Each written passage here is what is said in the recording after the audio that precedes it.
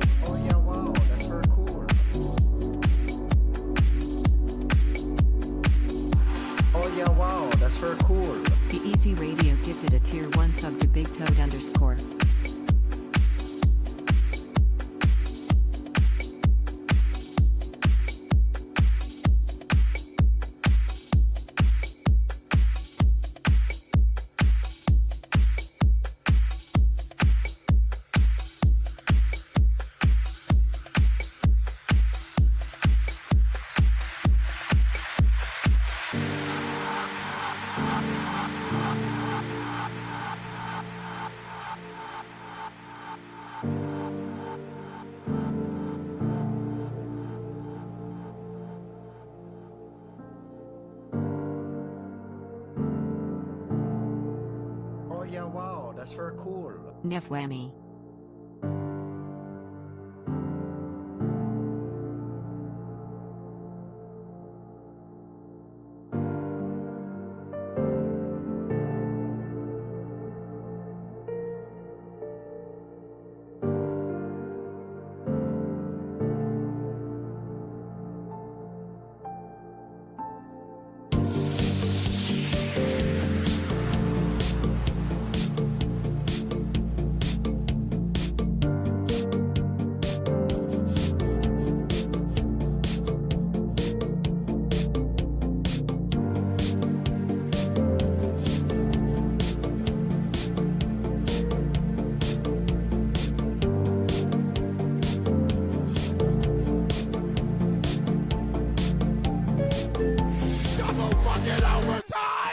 What the fuck, baby? New York is fucking back! Knicks are here, baby! The Knicks are fucking here, baby! Fresh out the garden, baby! We're taking it all the way! We had de Blasio, we had Cuomo, it was rough shit, but we have the Knicks! The New York Knicks run New York City! Bing bong! Tell me a little something, KD. Don't you regret not coming to the Knicks? Don't you regret not coming to the Knicks? Let's go, Knicks! Let's go, Knicks! Let's go, Knicks!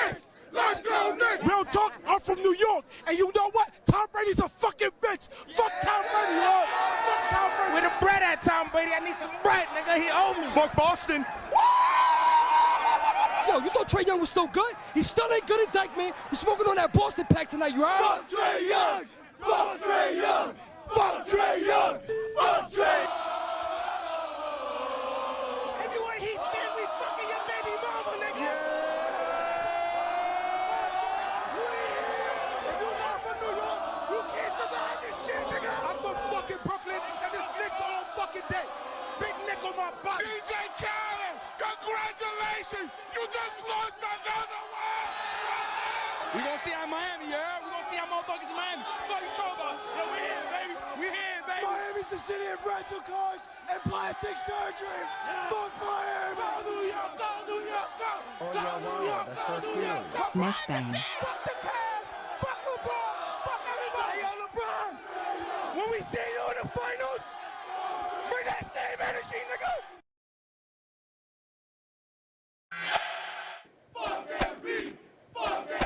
Go Knicks, baby, let's fucking go. We here, we out there, baby. Let's go, baby. Knicks, baby, let's fucking go. Yeah, baby, come on. Come on, show us, boys. Come on. Come on. Come on. Yo.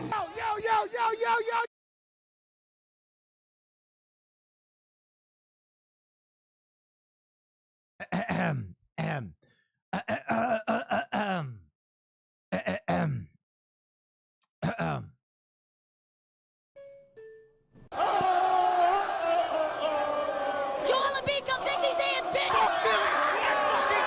We don't need Tuesday. Fuck that Philly Tuesday. Fuck Meek Mill. And fuck Joe Biden. Yo, Philly, you can feel these nuts. When niggas catch you in Philly, we gon' fuck you up. I'll wipe my fucking ass with that. Fucking beat. Smoke some weed. Let's go. Let's go. Joel Embiid, we sending your ass to China, so get ready to pack the fuck up. Yo, let's go, Dr. DiVincenzo, the Italian fucking stallion. We are the New York Knicks. Suck on our New York Knicks. Go New York, go New York, go! If I had a sister, I'd let Jalen Brunson and the entire New York Knicks run a fucking train on her tonight! Hey! Very calmly, let me just say. Hey, KD! Don't you wish you came to the Knicks? Don't you wish you came to the Knicks? Oh, man. What? Dude, listen, Oh, I yeah, don't. wow, There, that's very I'll give it a cool. buck. Neff, let's go. Neff, let's go. Let's go. I Oh, don't yeah, want wow, to talk That's very cool. too Big much sports. 41. I don't want to talk too much basketball. But I will say this. Oh yeah, wow, that's very cool. 40 pints Brunson burners in a row. First The time Knicks in the are playoffs fun to since watch right Jordan. now. The Knicks are fun to watch right now. Jalen Brunson, the Oh, yeah, Brunson wow, burner. That's very cool. Oh Neff, my let's go. God. 40 points in 4 games? Holy shit. Sheesh.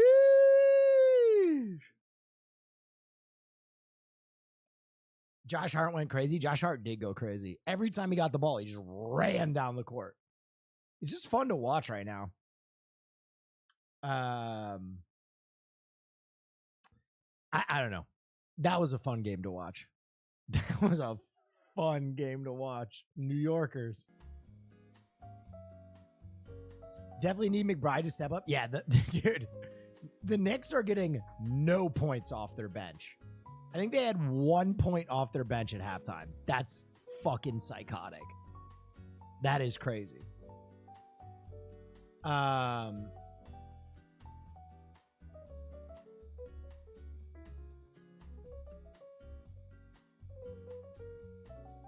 You know we need your thoughts on this. Okay. Enough about the Knicks. Let's talk about something I'm an expert in. Being a comic book hater. Ladies and gentlemen, we got our first look at Gunn's Superman. And let me tell you, I like it.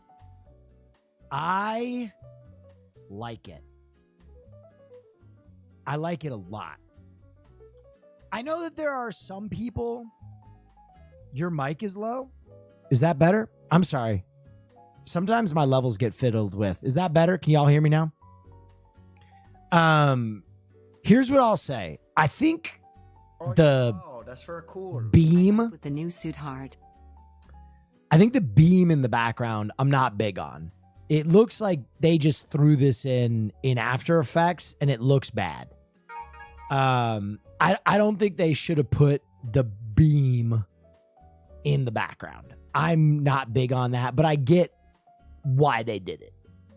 Oh yeah, wow, that's I cool. do 19 like a months. lot of Thanks for things. Spending my evenings with me. I hate the suit. I don't get that. Thank you for the hype train, by the way, and thank you for everybody who's subbing. I really appreciate you guys. Here's what I'll say I like about the suit.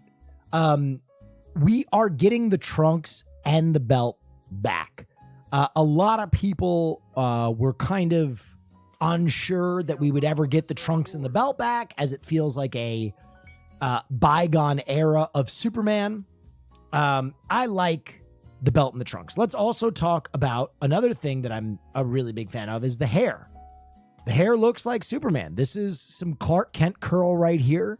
A lot of work probably went into getting that nailed down. And I like that. Now, let's talk about the reason people don't like this suit and why I think they're wrong. A lot of people don't like this suit. I saw some people say the suit doesn't fit him right. I saw some people say that it looked like they didn't understand why it looked crappy or like dirty. And I think the reason those things are premeditated. This is an all-star Superman. So you're talking about a Superman who is not at his most powerful. So I think the idea is that he's coming off a fight. He's very worn down. This is him like, oh, here we go again. Something's going on out there. And I think he's also supposed to have lost muscle weight at this point. I think he is in the process of becoming a sickly Superman. And I like that a lot. I don't want to spoil anything, but I think they wanted the suit to look as though it was a size too big because he's losing weight and he's worn down. Oh, that's very cool. I think Honey, they where's my super suit? Honey, where's my super suit? True. Thank you. I think they did some makeup on his eyes to make him look like he has bags under his eyes. I know some people don't like the high collar. I somewhat understand that, but listen, I've said it once and I'll say it again. In Gun We Trust. I am at the point now where I'm all in on Gun. That's very cool. So Anonymous user gifted a thank you, tier anonymous sub to user. versus 72. So my faith in That's Gun very cool. will not Anonymous allow user me gifted a tier 1 sub to 44. back down. Again, it's a first look. So I'm not worried about like the AI generated Kamehameha in the background.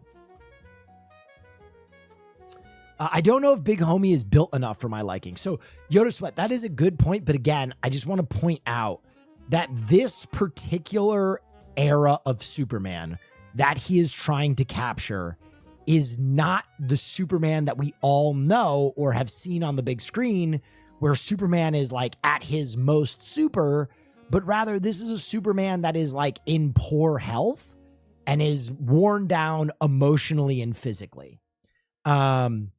So I think a lot of that is premeditated. Is that confirmed? Well, it's All-Star Superman. So I think it is confirmed. And I also think Gunn is a smart enough storyteller and screenwriter to know that Superman at full power is just not as compelling a character to focus in on as a depleted Superman. I think a depleted Superman, a flawed Superman, is going to be so much more interesting to look at on camera. Also, yeah, this is he. So he is juiced. Like, he is jacked. So if they wanted to make him look big on camera, they could have. I think this look is very premeditated. Like the bags here, the oversized shoulders. I think this is a very deliberate Superman. Some of you won't believe me, but again, I'm like a religious zealot at this point. In gun we trust. Listen, I don't want to say that this was one of the biggest days for Will Neff. You know, Hades 2 comes out. The Knicks win game 1 of their series with the Pacers. Superman, we get our first look. And something else happened.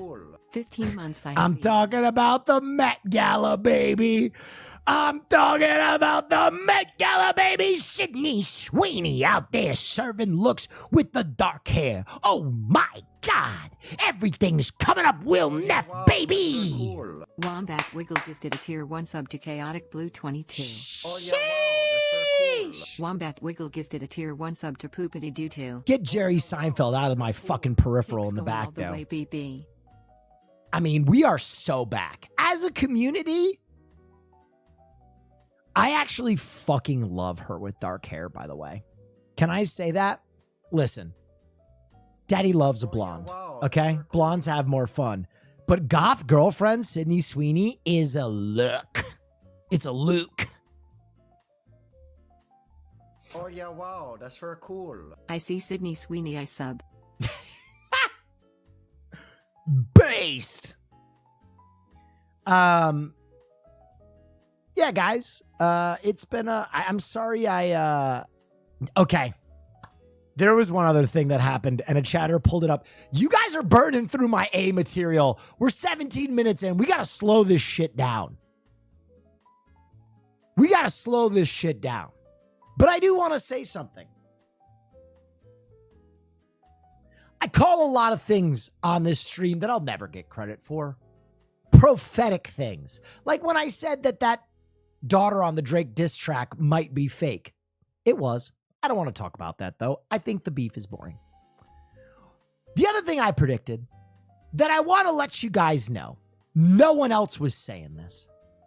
Oh, yeah, wow. No one else was saying 28 this. months with the king of late night Neff. No one else was saying this. They called me a crazy person. They looked in my eyes and they said, L take, bozo. They said, dumb take, ding dong. They said, it'll never happen, Will Neff. Because I looked you good people square in the eyes. And when Ahmad Best got cast as Jar Jar Binks in an upcoming unknown project, I said, it's time. It's time to fix the mistakes of the past. It is time to put down the misconceptions. It is time to put the Dark Wizard atop his unholy Sith throne. It's time to give us Darth Jar Jar. And you looked at me in my face and you spat. You said, shut up, idiot. You don't know what you're talking about. I read the comments. I like Will's take on movies, but he doesn't know anything about music or Star Wars, etc., etc., and on and on. Well, who's laughing now, bitch ass? Darth Jar Jar is who's laughing.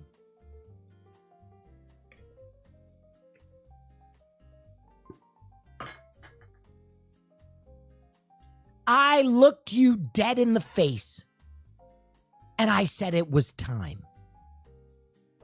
It is time.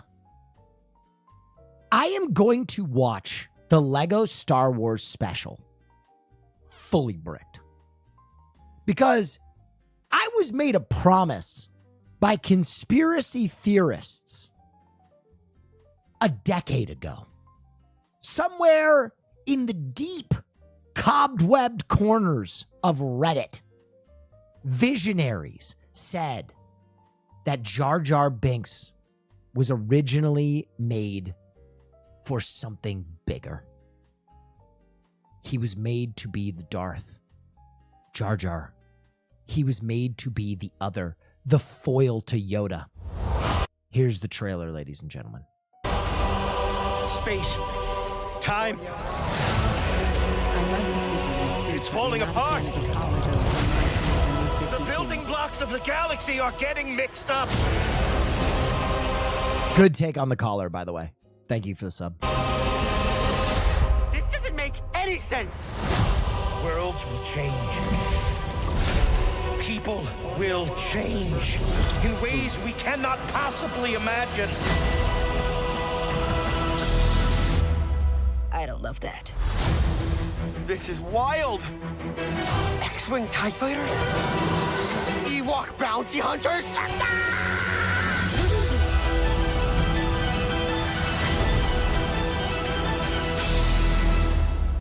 Oh! It finally happened. It finally fucking happened. KNICKS win. Superman first look. Sydney Sweeney, Darth girlfriend, and finally Jar Jar Binks, Sith Lord. The last piece of my Infinity Gauntlet as a React streamer has fallen into place. I can sit atop my throne as the best React streamer of all time. This is so big for us. It's all coming up, Will Neff. This is so big. Yo, listen, I just want to say something. Here, we'll finish the trailer. Misa going to hurt you, sir. The crazy thing is, if you look back at the video, I literally said verbatim, Misa gonna hurt you real bad. I called the exact line months ago. I am the Lasan Al Ghaib. And no one on the internet will give me credit. No one. For pre-watching reality.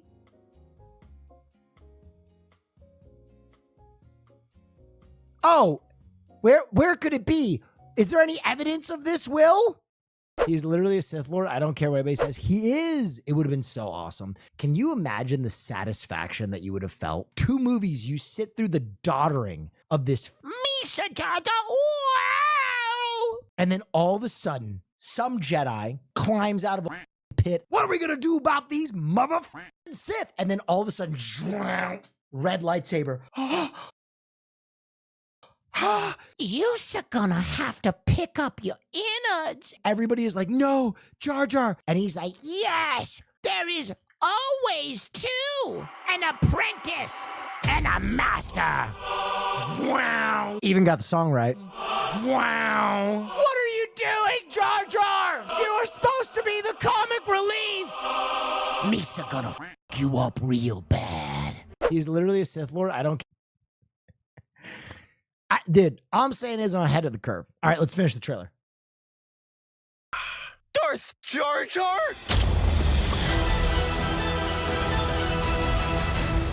Okay, I want to say something. Lego has made so many good films, totally in spite of the fact that they are Lego movies. There are so many good Lego projects, video games, movies, and leave it to Lego to finally give Star Wars fans something where they're like, good, thank you.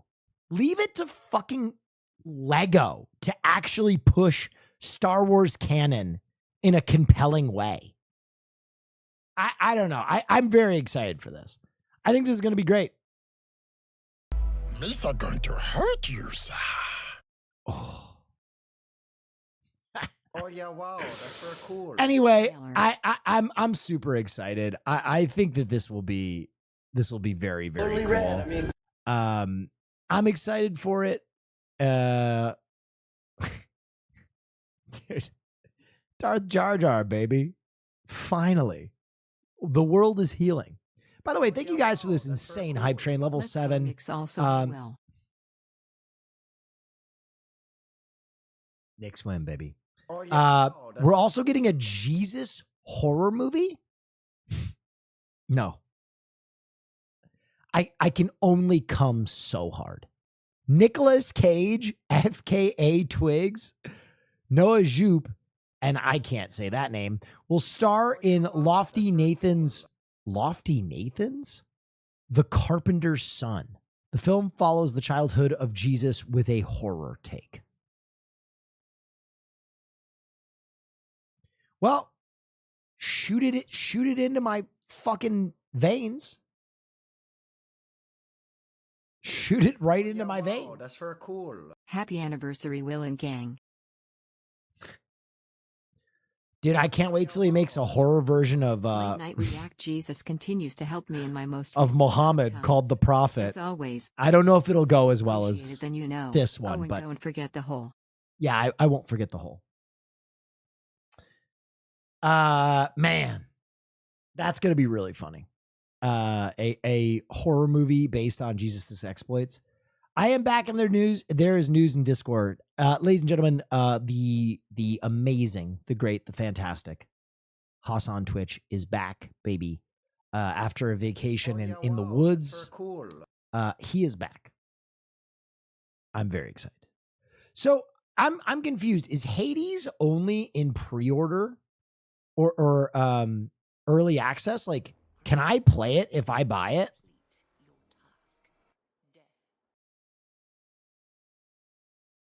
Yes. All right. So I think later on, we are going to just get up in that ass with some early access Hades. I think we're going to get up in that ass tonight for some gaming. But not yet. Not yet. Dude, this has been a great stream already. Oh, yeah, wow. The past That's 28 very minutes have cool. been one of my Neffel, best ever. Neffel, Neffel. I'll tell you right now. Oh, yeah, wow. Past That's very 28. Cool.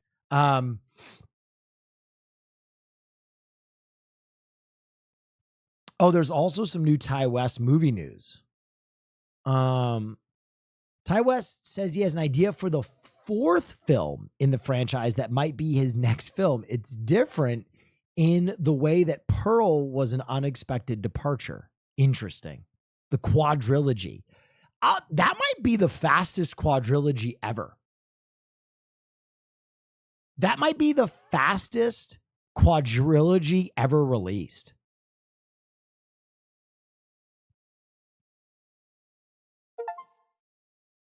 Hassan and streamers team up on Discord. Hassan is corrupt. Hassan protects streamers. Their fans are on their whim. Hassan and streamers have a stronghold on the industry. Fuck Hassan. Jack, listen, I'll tell you, you didn't say anything that you should be banned for, but I do want to let you know that, like,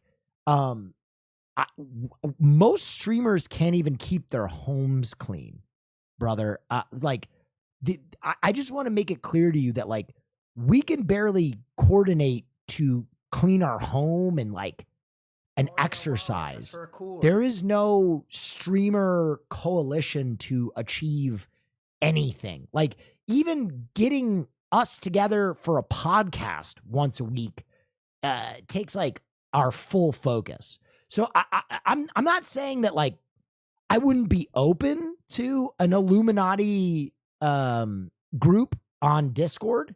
I'm just saying we don't have the bandwidth. And I'm being totally honest with you. I understand how you can feel that way. But I hope bless your heart. There are so many other people, things, politicians that are controlling your life in a negative way. And I'll let you know that streamers don't have that power. You can literally just tune us out or turn us off at any point. And we would cease to exist to you. It's amazing. I full disclosure, Jack, I had a family member get sick recently. And I've been unplugging more. And it's amazing if you even just unplug a little bit, how far away Twitch really feels. So, I think a lot of streamers' inclination would be to go at you really hard or be angry at you or try and make you feel stupid. I don't want to make you feel that way. I just want to let you know that I think that maybe you're too invested in Twitch and it feels like a world unto itself. And I promise you that there's so much out there outside of Hassan, me, this platform that that if you just walked away from us, because I know you don't like us. If you just walked away from us, I think you'd even forget we existed. And ultimately, in a constructive way, to your ends, every less person that watches us, we have less influence. So if we bother you, the best thing you can do is just like Freddy Krueger, just ignore us. Anyway, hope that helps.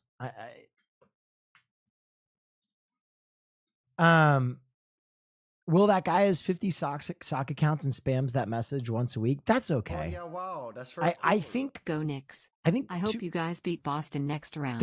we to lose won't. to the T-Wolves in the finals. we won't beat Boston. I'll let you know that. I don't know. I think I'm in a very zen place in my Oh, life. yeah, wow. That's very I have a lot of Booty patience. booty boogie booty booty boogie booty. Yeah, I'm doing a little gentle parenting. Cosmic irony. Thank you as always. Appreciate you. Surprisingly, I see a lot of people stoked for this return. I will be honest. Marsh, love you. I love you too. Marsh, I got to get a room for EDC. I think we got to book that tonight if you haven't already.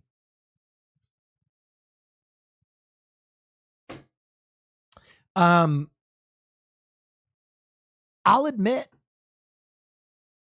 I am one of the people. Text Tony. I did. We're working on it. I am one of the people that is actually very excited for this. Seriously, because I think the first film in the Reddick series is actually so sneaky good. Pitch Black is sneaky amazing. Also, the Reddick video game, I think it's called Butcher Bay, was incredible. Like low key incredible. And I'm kind of a sci-fi nerd anyway. I think Reddick gets thrown into a category of like goofiness because of Vin Diesel being attached to it. Vin Diesel, sorry, forgive my stupid mouth. But I've always thought that Riddick just kind of has a good character and a good story, and I'm actually really excited for this. I might be the only one. Who fucking knows? The woke agenda strike again. He's trying to get rid of his dick. Shake my head.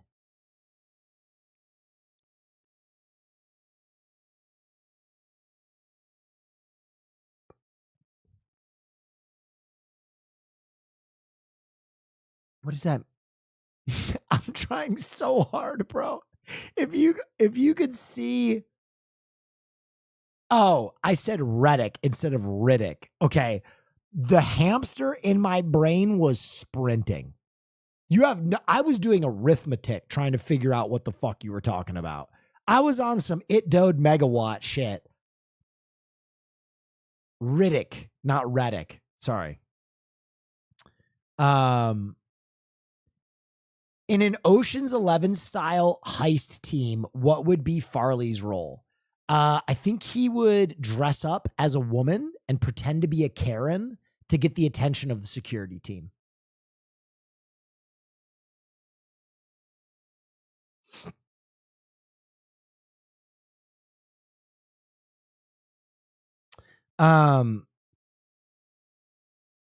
Sydney Sweeney at the Met Gala? I haven't looked at this yet.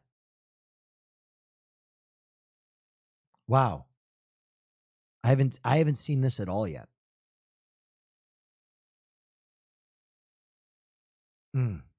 Interesting.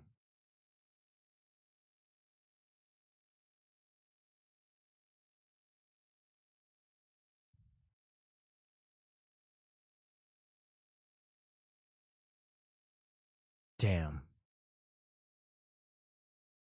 Sydney Sweeney killed wokeism harder than Kendrick killed Drake. I'll tell you right now. Like, wokeism is over, bro.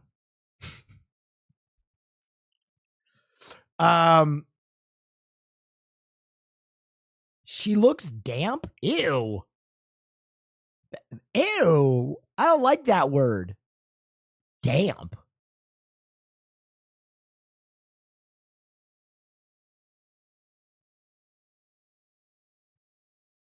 I would never look at Sydney Sweeney and be like, yo, that bitch is damp.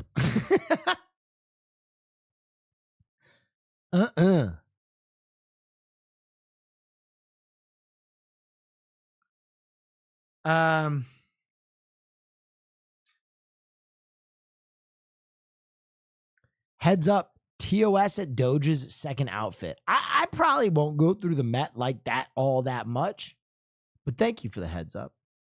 The duo, James Gunn and Peter Safran, are creating a new DC universe, and Gal Gadot's Wonder Woman is no part of it.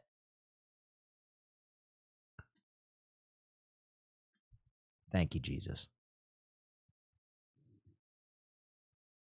I will say this. I will say this definitively. Gal Gadot,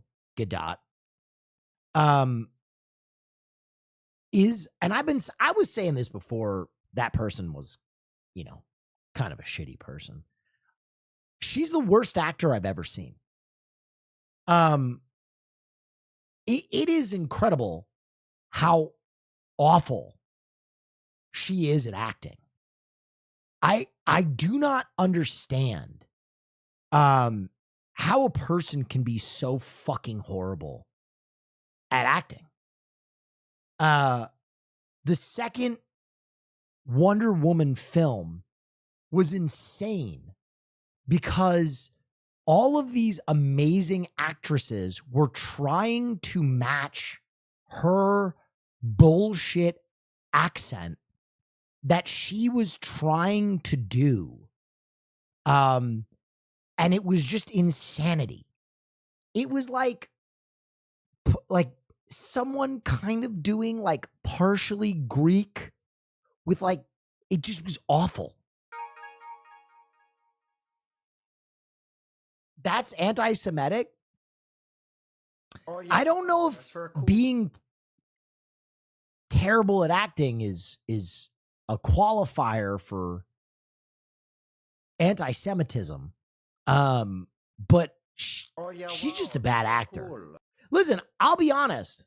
I was saying this before I even knew that she was Jewish. I have always thought she is the worst actor I've ever seen. You can go back to VODs when I like watched the original Wonder Womans and just be like, oh my God. Listen, I will say this. She looks the part. She looks the part. And I think in superhero movies, to a certain extent, that's a big deal because superhero movies are so controlled. They're probably getting 100 takes of every fucking scene, and none of it is actually on location, right? Like 90% of the film is in front of a green screen. So it's not like you have to nail a take. You can just go over and over and over again. But like in the same way, and God forgive me for this, in the same way that when Ana de Armas did Blonde, and I was like, oh my God, her accent is laughably horrible as Marilyn Monroe. I thought the same of Gal Gadot. And I love Ana de Armas. I fucking love Ana de Armas. But like she couldn't do Marilyn Monroe. She just couldn't, it just wasn't in her range. But she looked the part. No, she's great. She's a great actress. She's a great actress. The problem is when you play a historical person, it's not something you can just be a character actress. You have to play that person. And Marilyn Monroe is one of the most recognizable actresses of all time. So when, if everybody knows, happy birthday, Mr. President. And when Ana de Armas is like, happy birthday, Mr. President. You're like, no, that ain't it.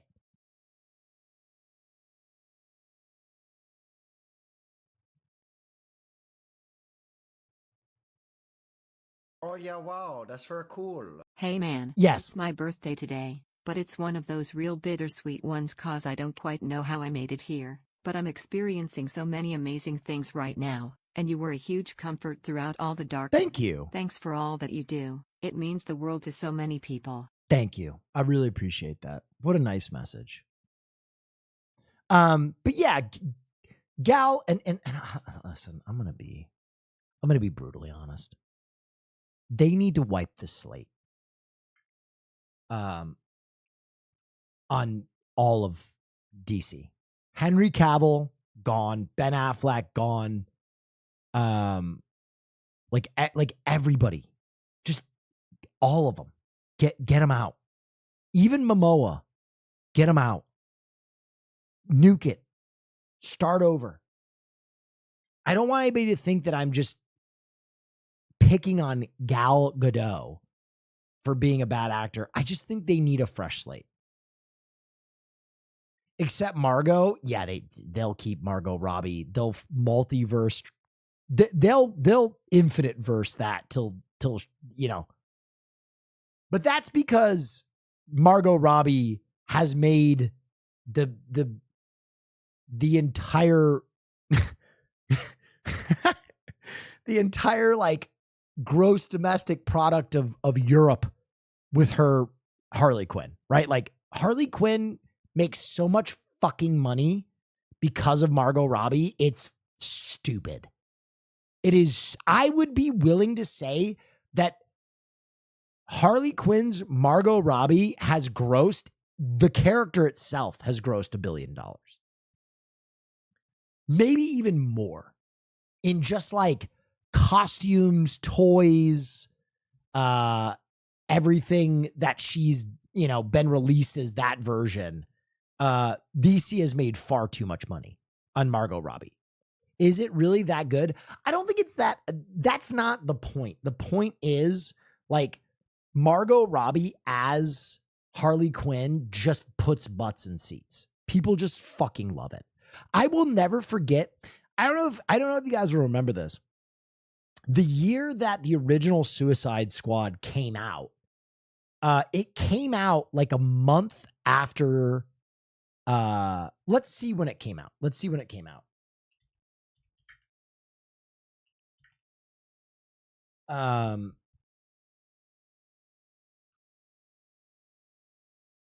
did it come out? I need the date though. Oh yeah, wow, that's very cool. Yeah. Okay, this is crazy. This is actually crazy. I want to put something in perspective. The original Suicide Squad came out in 2016 in January. That Halloween previous, there were hundreds, if not thousands of women that bought and wore a Harley Quinn Halloween costume, Margot Robbie, just off the trailer of that film. See, there are people in chat that are admitting to doing that. When you talk about marketing power, selling tens of thousands of Halloween costumes for a character that doesn't exist in theaters yet off a trailer. That's insane. And DC knows that. That's why Margot Robbie will be Harlequin till DC shuts its doors, essentially. And why you see more and more and more Harley Quinn projects, of which I love. Like the Harley Quinn show on HBO Max is great. But like when you really think about that character, Harley Quinn, when I was a child, didn't exist outside Batman the Animated Series. Like that's like where she, and it was kind of cool. It was like, oh, Joker's girlfriend, tight. Nice. Cool. And now it's like, she blew the fuck up. She won the breakup. You know what I mean? Joker is now that stressed ex who's like, fuck. Shit!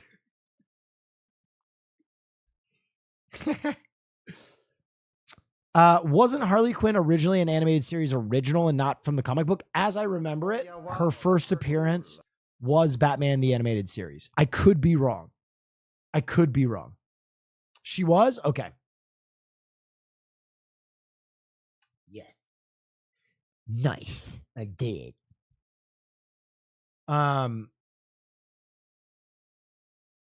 You're right. Well.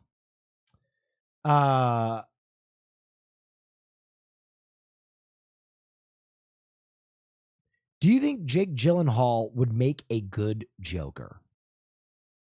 I mean, I'd come. I wouldn't bet against Jake Gyllenhaal. I fucking love Jake Gyllenhaal.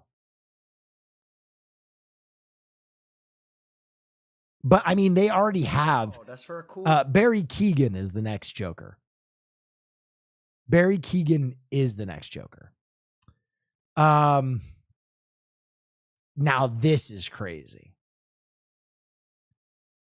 Blumhouse is hoping to release the film in 2025. A new film based on Image Comics character Spawn has been in development hell for a long, long time. Spawn creator Todd McFarlane first announced that it was in the works back in 2007. Blumhouse production got involved in 2017. Jamie Foxx signed on to play Spawn in 2018, but apparently they've had a lot of difficulty figuring out the script. Last year, it was announced that a trio of writers, Scott Silver, Joker, wow, that's fucking amazing, Malcolm Spellman, Captain America, Brave New World, and Matthew Mixon, Yesterday Was Everything, were working on it. Of course, the writers' strike has put a stop to any progress that has been made, but in a new interview with comicbook.com, Blumhouse founder Jason Blum said he's hoping Spawn will be released sometime in 2025.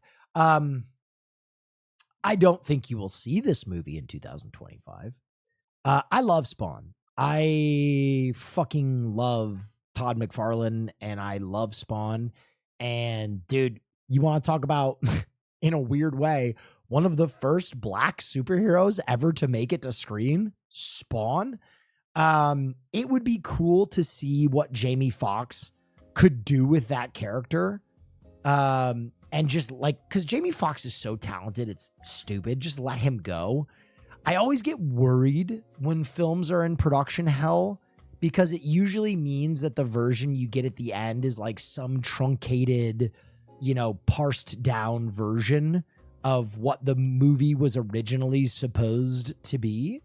But I love Spawn, and I'd be really excited to see it. I don't think you'll see it in 2005 or 2025.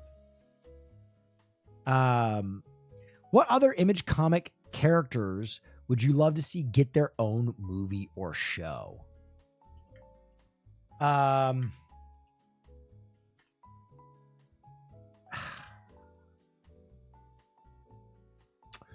Well, I'll tell you this. I think it's only a matter of time till you get an Invincible live action. Oh, yeah, wow. That's for a cool. Love the banana shirt.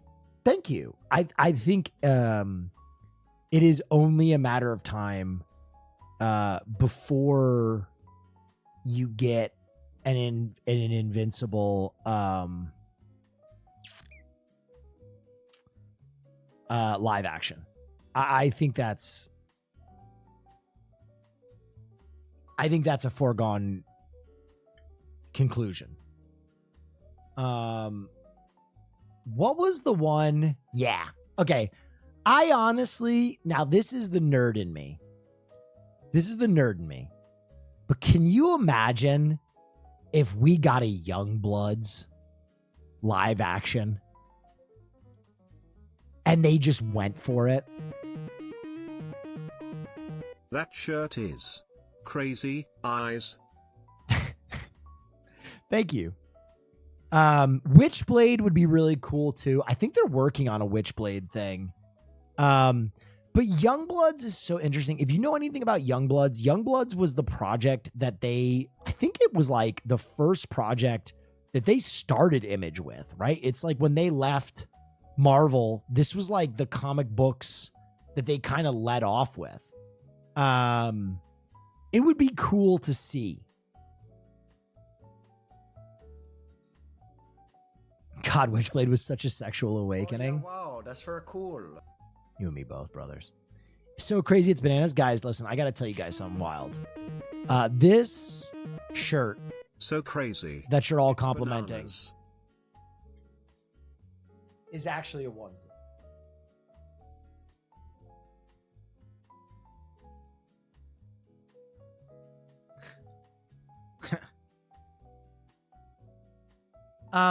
Oh, one thing I want to talk about. I know I've been putting it off for a long time, but I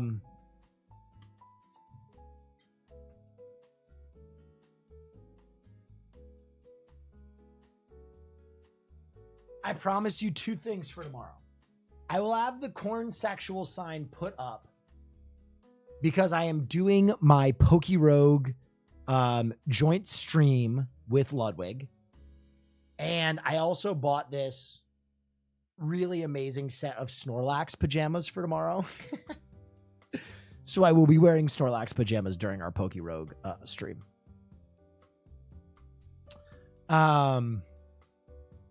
ETA on time. I think we're going to go live real early.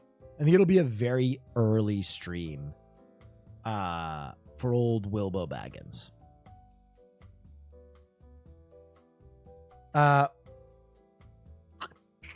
We will see, though.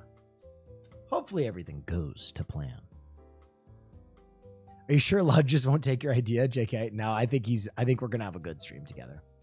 Did you see the Brady roast? I haven't seen it yet. I want to watch it. I've heard that it was funny.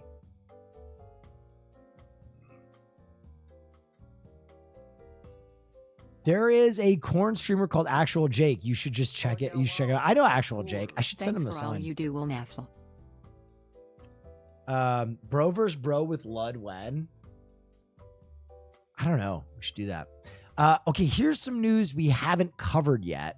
Wow, this is fascinating. This is Sydney Sweeney at the Met Gala. Now, I don't know what the Met Gala is, but fascinating. Is that our community's best bit? Is that our community's best bit? Just sending Sydney Sweeney over and over and over and over again every stream. What bit? Yeah, I don't know. You're right. Yeah, wow, that's cool. Ladies and gentlemen, it is now time.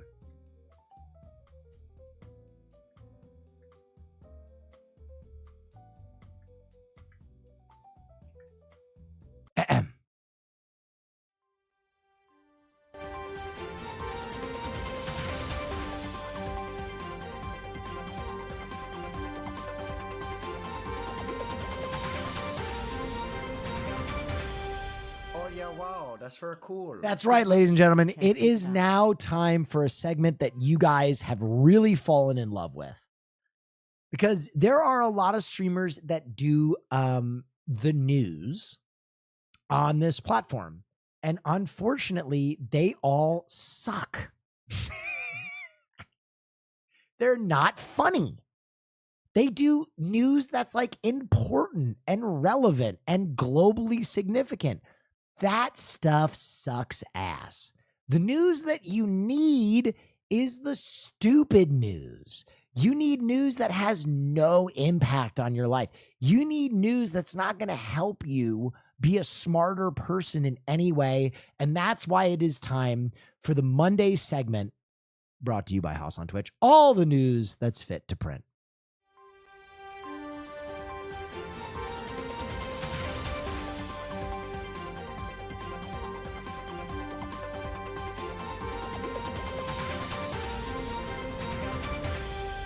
Thank you, chat. Thank you, chat. Let's go right into our first story. Ladies and gentlemen.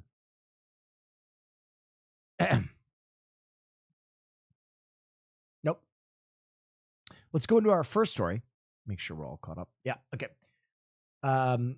This bird has been going viral for the sounds that it makes. Let's take a listen to this fucking bird.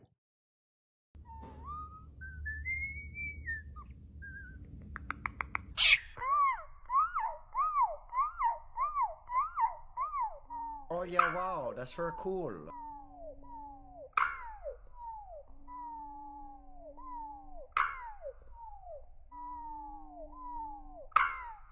Clever girl.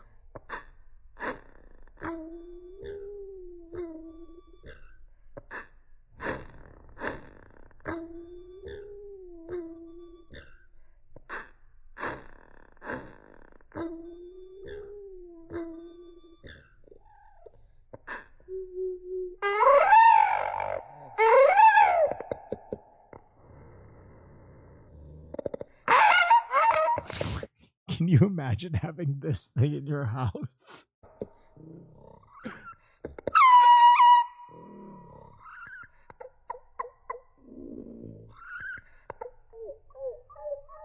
They need to sample this for the next Dark Souls game. Oh my God, this stream is sponsored by Bird Milk. I forgot to tell you guys, we have our first major sponsor. I'm so excited to announce I'm sponsored by Bird Milk. Any reports that bird milk is largely causing huge outbreaks of salmonella or bubonic plague or dengue fever are complete fabrications. Bird milk. Drink the bird. Thank you for reminding me about our sponsor, Haas. I appreciate you.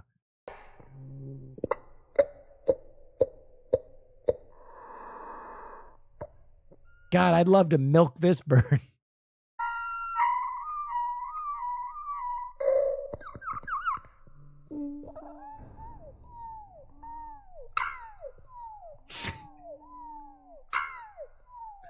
What kind of noises do you think this bird would make?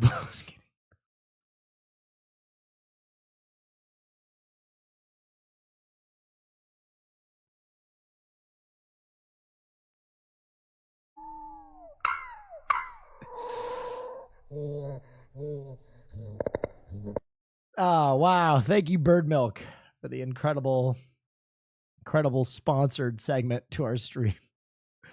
Another hero beekeeper. Oh, hell yeah, dude. Pat Hilton has put on his bee suit hundreds of times and gone on all sorts of calls. But what happened Tuesday night has earned him beekeeper bragging rights for the rest of his life. Very unusual. Not a normal work day. Doing the interview in the beekeeping veil is such a flex. At all. This was the scene at Chase Field where a swarm of bees was spotted at the top of the netting behind home plate just before the start of the D-backs-Dodgers game. The game had to be delayed because of concern. Every time they abbreviate Diamondbacks as D-backs, I always think they're calling the baseball team the D-bags. I'm always like, damn, you can't call them D-bags on TV. Am I the only one who hears that? Same? Okay, I'm not the only one. Oh yeah, wow, that's very cool. Guys, thank you for those subs. I appreciate you. About fan safety. I can't say exactly when the swarm showed up. Hilton was at his 6-year-old's Oh no. son Levi's T-ball game up in surprise when he got the call that he was needed at the ballpark right away. Once he said that it was... Could you imagine a foul ball being ripped off into that thing, sending bees into the stands? Dude. Oh, no. Some lucky kid would be getting a Sunday after being stung by 30 fucking bees. Can you imagine the play-by-play from Joe Buck on that? The count is 1-2, and a foul ball ripped into left field. And oh my goodness, a nest of bees seems to be swarming the fans there on the left side. Oh my goodness, looks like there's no fun to be had. I think that guy is dying. Get him an EpiPen. All right, the count is still 2-2. He's been favoring. Dude, baseball play-by-plays would not miss a beat. And that kid seems to be going into shock, stung by more bees than Macaulay Culkin and My Girl. The count's 2-2. Oh, yeah, wow. That's very cool. Fuck Joe Buck. Up the game, I knew it was a very urgent matter. The 37-year-old branch manager with Blue Sky Pest Control hopped in his work truck and made the 45-minute drive. Dude, he's hyping up the fans! Field. He never expected the fan reaction. There's no way. There's no way. Beekeeper, beekeeper. When he arrived. When I went out into the field, that's when, the crowd just started cheering when they realized, someone was there to take care of the bee situation. This is a sexy beekeeper, BT Dub. And I played to that a bit. It was really cool, getting a couple fist bumps up and the crowd going crazy. I haven't had that before. TV cameras got an up-close look at Hilton clearing away the bees 30 feet in the air. Okay, look at that technique. Hydraulic lift chair. Hilton estimates there were about 15 to 20,000 bees up there. You can bet the bee guy got another standing ovation when the job was done. And standing O! It was time to play ball, but the excitement was far from over. Hilton was asked to throw out the first pitch.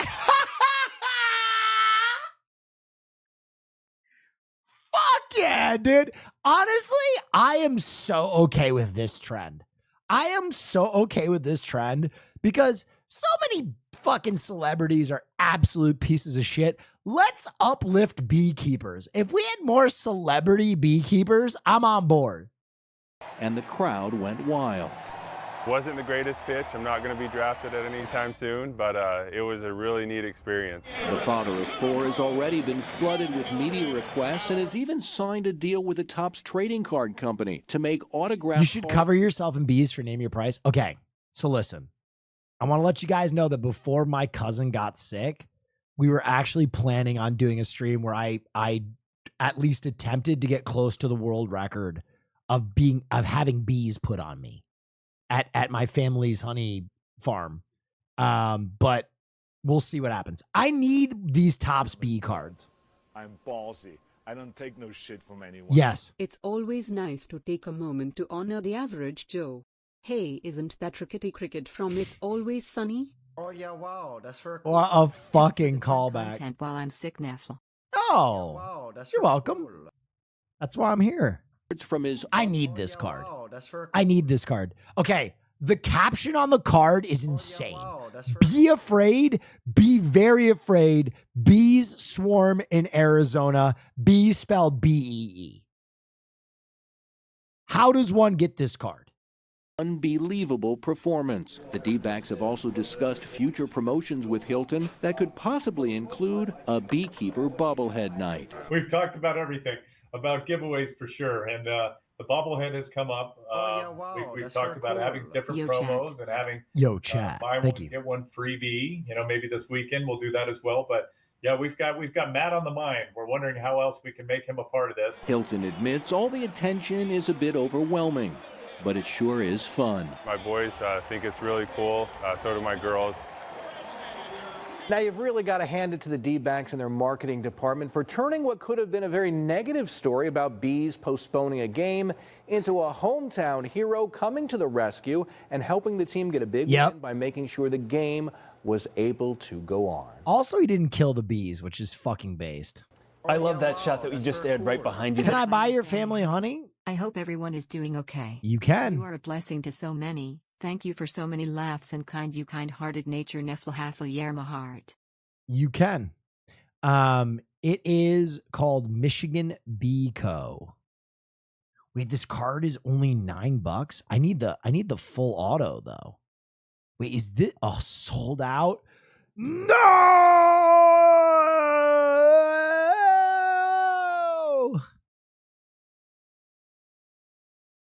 $25 on eBay? The Siggy one? I might have to get that. I said last night it was like watching a David Copperfield show because he's got a team help put the suit on. He goes out there, he lifts up, there's smoke, and then he flips it off at the end of the performance of sorts. It's like a matador coming into the bull ring. I've talked about that too. The other thing we want to make, but it was just at some point that I've always thought would be a great product is CBD honey. Because I know a lot of people drink tea for pain relief. And I think a CBD honey that you could put in honey would go crazy, or put in tea would go crazy. Testing TTS donos from up not again. Nisu, Hoss, Will. It's working now if you hear this. Oh yeah, well, it's working. Cool. Yo.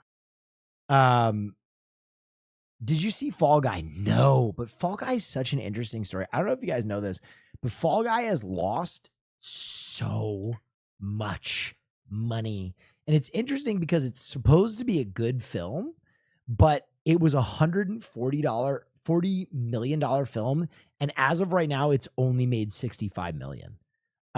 So it is, they say that it like might mark the end of really high budget films outside of like Marvel shit or sci-fi shit, which is really interesting. Anyway, ladies and gentlemen, that was our first story of the night. Second story of the night. Let's go into our third story. Brought to you by the good folks at Bird Milk.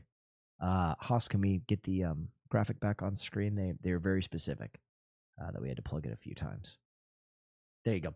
The stream is brought to you by Bird Milk. Are you tired of drinking milks from bovines and nuts? Please try our avian delicious beverages at Bird Milk.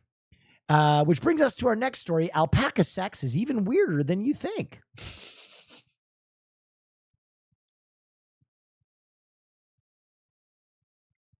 Scientists have found evidence that male alpacas have sex by thrusting their penises all the way up the female's uterus. A novelty among mammals. Who knew that these guys are packing schlong? Just in case you'd like to know, alpaca sex is weird, biologically speaking. In a recent paper, scientists have presented evidence that male alpacas impregnate their partners by thrusting their penises all the way up inside the female's uterus, a tactic not documented with any other mammal species to date. The research was led by, okay, yeah. Oh, God. Into the uterus, Jesus Christ. Well, I mean, us too, right, fellas? I mean, when you're packing 36 inches of dick. Am I right, fellas? One's in chat if you're directly fucking uterus.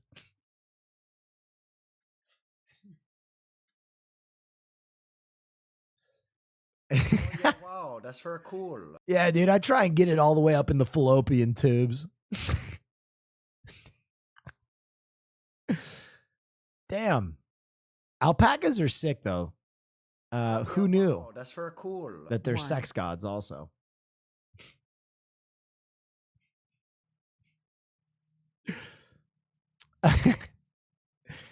The Zebra Saga is our next story. It's a 3-parter 4 zebras escape on I-90 near North Bend. Well, first, I felt like I was at a petting zoo. The owner, she did not want to go on camera. We do know she is from out of state and was in the process of transporting the zebras to an animal sanctuary in Montana. She says she pulled over to check on the trailer, and that's when the animals somehow got loose. The incident turning North Bend into a wild zoo for a few hours Sunday. I called someone. I was like, so I found the missing zebras. Like, they're in my yard. It's the call you don't expect to make on a rainy Sunday, but it's one Whitney Bloomquist says she won't soon forget. I mean, this is Washington. Washington alone would I have thought, like, zebras are on the loose in Washington, but let alone North Bend. 4 zebra originally escaped Sunday afternoon from their trailer while in transport not far from I-90 in North Bend. The animals quickly parading around this restaurant before taking off. 3 of them wandering into I have friends who saw them. Shout out Spokane. Backyard. They like looked right at me, and I mean, I was like, okay, I don't make noise. Like, I think I gotta be quiet. Like, no, you know, you learn. She was going through all of her fucking animal knowledge. She's like, do I make myself look big? No, that's bears. That's bears.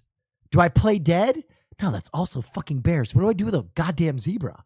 With a bear, you know, you make a lot of noise. You got to like make yourself big. And I'm like, with zebras, no one's taught me what to do when you're like approached by zebras. The zebra once again taking off. One of them believed to be the baby, winding up in Courtney Luther's backyard. He was very skittish and kind of backed into a tree. Didn't know what to do. Kind of lost his gang, I guess. And so that's because zebras have no idea what to make of fucking Spokane. They're used to being in the Serengeti. He's like, why is it wet?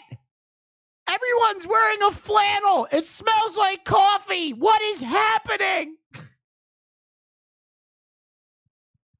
Where am I? You didn't know when he was going to take off, but once he jetted, we sort of created this human bridge to make sure that he got into the backyard safely, which is where he stayed for several hours afterwards. 3 of the zebra were eventually reunited at this private horse farm. I've got a lot of different wild animals for people, for cutie and vets and such. It happens, and so we thought, well, let's just see if we can help. Good Samaritan and rodeo wrangler David Danton using his skills to corral 2 of the animals to safety. We made it to where the path of least resistance is right where we wanted them to be, and they gently walked up and got in the trailer, and they're fine. So it actually went as good as it possibly could, so it's good. The final hurdle, working to find the final zebra still on the loose in North Bend. So it started as a slow Sunday. No one is wearing 11 again on this team once Brunson retires. This team is shortening my life. I'm a stud. Dude, Jalen. I don't take no yes. shit from anyone. This Sasa got me seeing zebras. Yo, can you imagine being the one stoner in Spokane who is just absolutely ripping a grav bong on his way to work at like a Jack in the Box, and all of a sudden is like, oh yeah, wow, that's very cool. I think that's a fucking zebra, dude.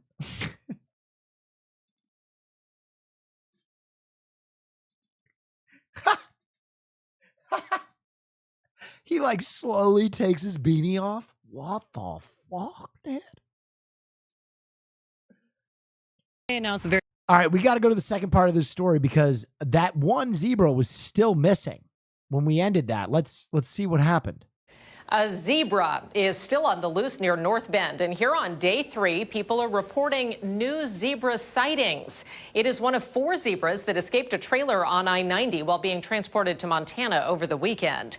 KNICKS Jackie Kent talked with a man who had a run-in with a zebra. I can't even really believe I'm saying that, Jackie, but a run-in with a zebra this morning. Please let this be the stoner. Please let this be a stoner guy with a beanie. Yeah, he couldn't believe it either. As you can imagine, he was shocked by what he... Okay, I'm going to take a guess. It's either a stoner guy with a beanie or it's like flannel cowboy hat guy. Please, please, please. Saw when he realized this was the missing zebra just a couple hundred feet away from him. He told me that it stayed on the trail for about 15 minutes before... Thank you for the 21 months. I appreciate you so much. Thank you. On his cell phone.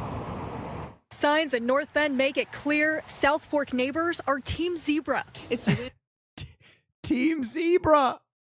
Team Zebra. It's whimsical. It's unbelievable. It's fun. It's beautiful to imagine zebra running. This woman has the screen of an original iPod tattooed on her neck playing a song. That is fire.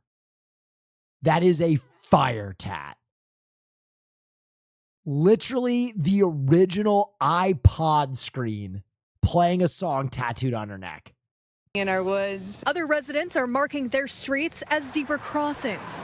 This comes days after 4 of the exotic animals escaped a trailer on I-90 near the North Bend exit and brought traffic to a halt, as seen in this citizen video. Must be a joke. And as one adult stallion... It was him! It was him! That was... Bro! Oh my God, a Seattle stoner in the wild. Let's listen to that back. As seen in this citizen video. Must be a joke. And as oh, this must be a joke, dude. Can you believe this shit, man? There's 4 zebras. Oh shit, what's the plural for zebra? There's zebrae on the highway. Remember, this segment is brought to you by Bird Milk. Have you ever been frustrated by how lactated normal milk is? Get the thin, gentle pleasure of avian milk in your mouth. One adult stallion remains on the loose. King County Animal Control confirms there was a report of a zebra sighting about 1 day into the search. That was in the Snoqualmie Trail area off of Southeast 145th Street. They were not able to get an officer on scene quick enough. Now they plan to have extra patrols in the area over the next several days. Patrick Murphy snapped this video of his encounter with the missing stallion on his morning run on that same trail and reported it. It's kind of like the local Bigfoot now. I hope they catch him, but I mean, the zebra might live in the hills forever in our hearts. Oh, jokingly said that you don't find the zebra finds you. A King County Animal Control person says capturing the stallion isn't so black and white. We'll let it come to Oh man, she really did it with that joke. us versus spooking it and chasing it completely out of the area where we kind of know where it's at already. Longtime residents in the small town known to tourists as the backdrop of a 90s TV drama are ecstatic that this... Wait! Is this where Twin fucking Peaks is filmed? What? Bro, what is more Twin Peaks than this? Than bumping into a single menacing zebra on a path? This literally could be a shot from the show.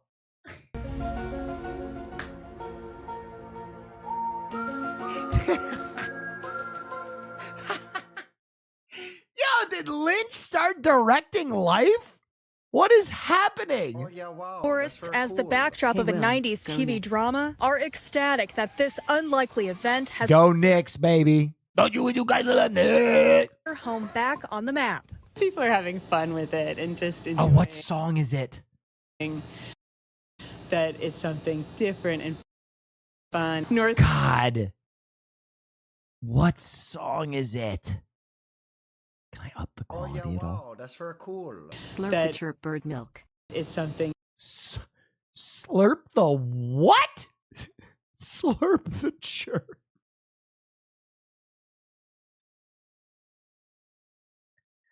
Oh my God.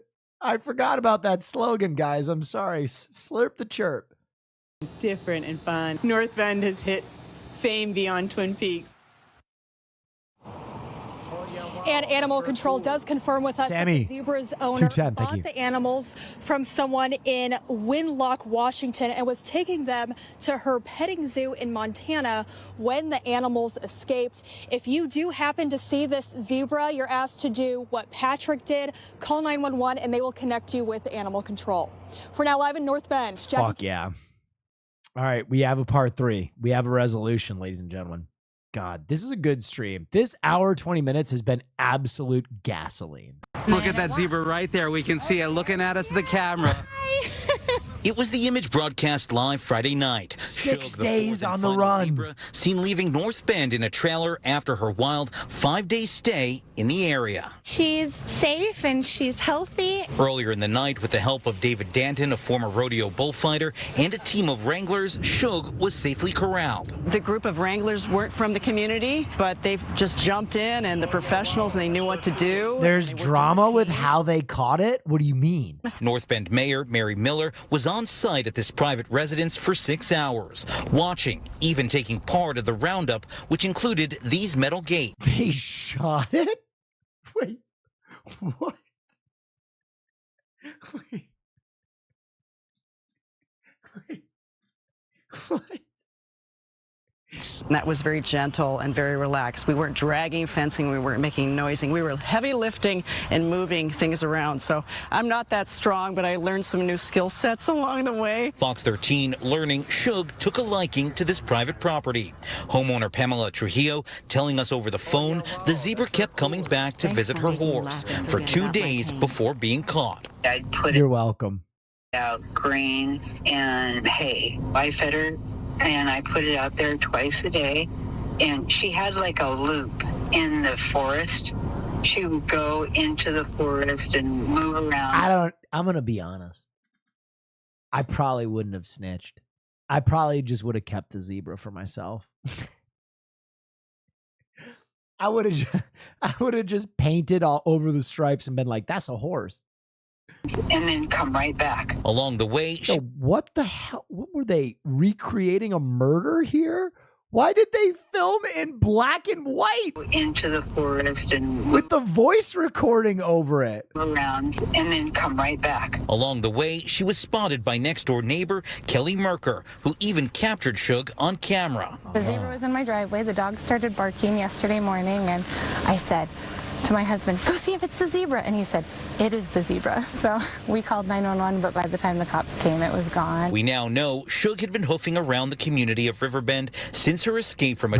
I love how they had they called 911 for this fucking zebra. I can't get the cops to show up for a home invasion in Los Angeles. They had a zebra squad in Spokane.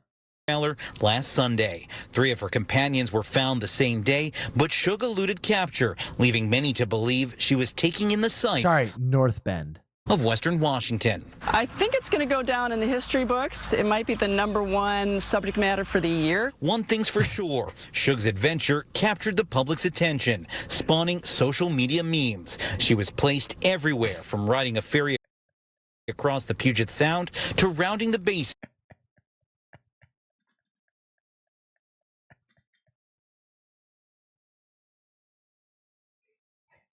Oh yeah, wow, that's very cool. So funny. At T-Mobile Park, even visiting the Fox 13 newsroom. But it's the North Bend community that she seemed to love the most. They got her, so she'll be safe and hopefully where she's supposed to be. And W, thank you. Relax. And local officials say Shug is in good health and condition. She's actually en route back to Montana. That wrangler, David Danton, in touch with her owner, making sure she gets back home safely. In North Bend, Dave Detling, Fox 13 News. Way to go, Dave Detling. Good story. It's a story that has captured. I love that. What a good story. See, this is the news you need. Oh, ladies and gentlemen, now it's time for another amazing segment that we always look at.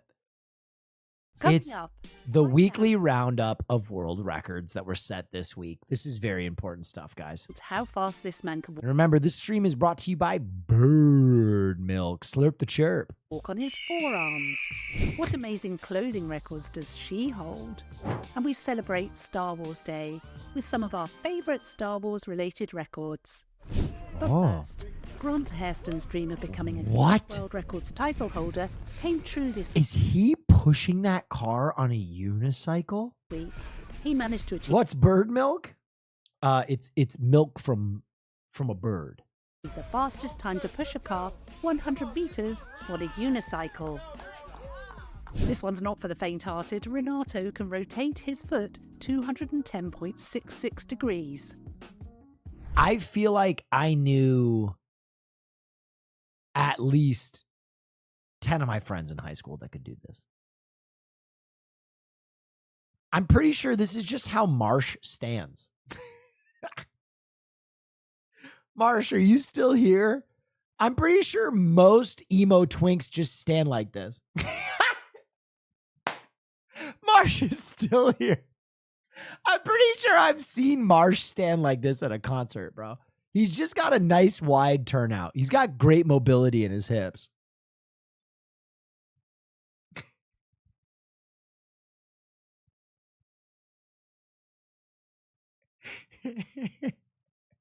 I'm just here eating, enjoying the stream, and I'm getting blasted. Hey, look, no one's safe, all right? So slurp the chirp. Hey, slurp the chirp, baby. Sexo.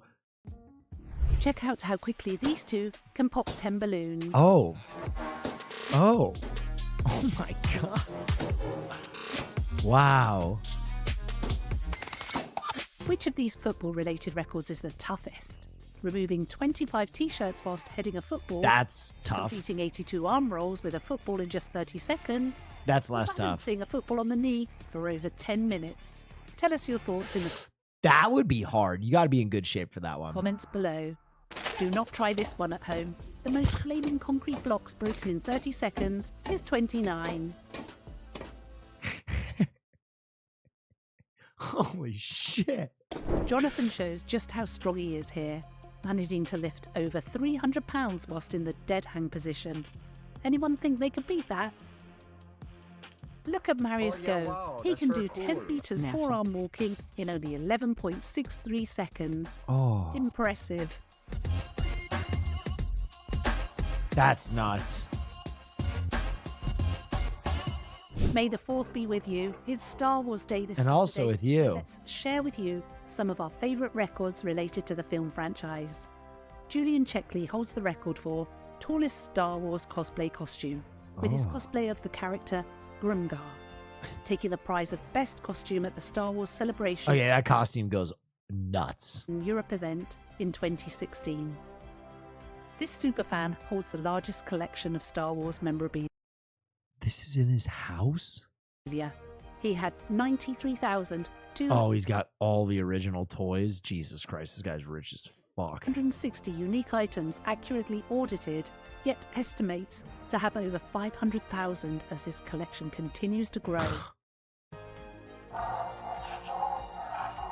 Sounds like this bantha has a little indigestion.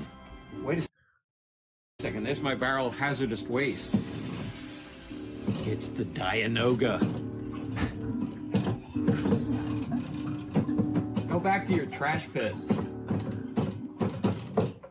Thank goodness. Last week, we asked you how many pull-ups could Enrique manage to achieve in 8 hours? Driven by the belief that anyone can accomplish Look at the lats on homie. extraordinary feats with determination, he achieved 4,949. 4,400 pull-ups? What the fuck? Congratulations to these commenters for guessing the correct answer. This week, we've got a record we think nobody will guess correctly. Time to prove us wrong. How many pieces? We're asking you, how many dominoes were toppled in this queue? Place your guess under the pinned comment and you'll have a That's got to be at least like 20,000, right? chance to feature in next week's Records Weekly. Yudai Okada is a record-breaking skipping machine. Check out these amazing different skipping records he's broken recently.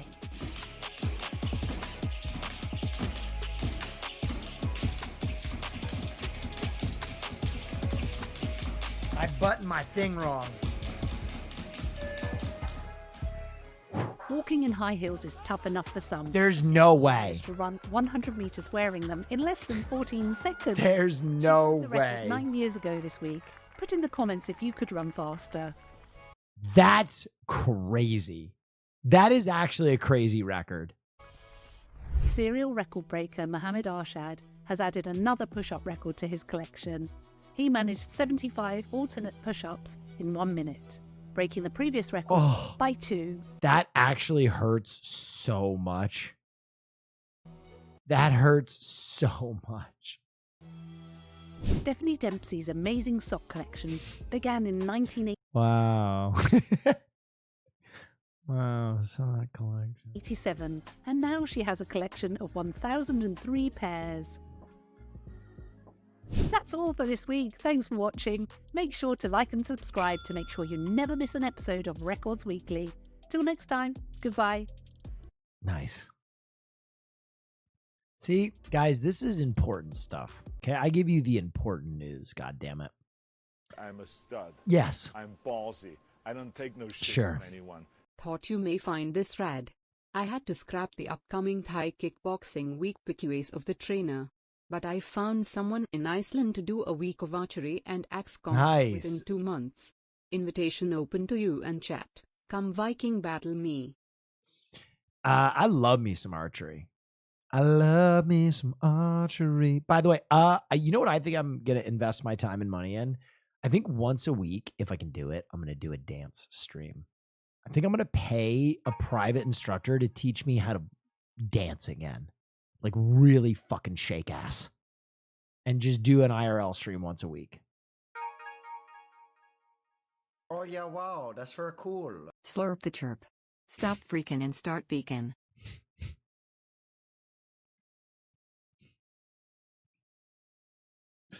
Here's some more important news.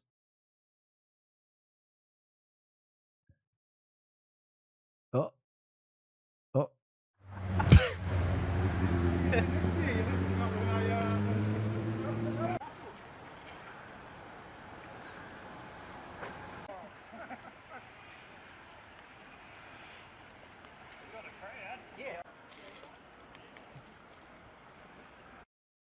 Wow. Cinderella, giant pumpkin paddler, Adam quite possibly the first person to float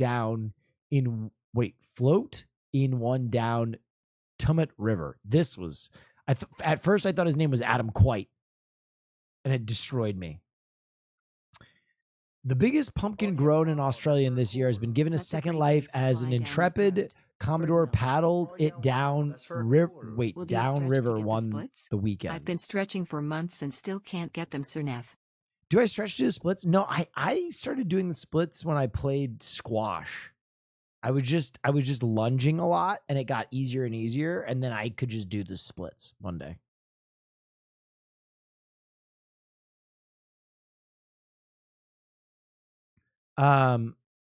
Toddler monster behind wall turns out to be...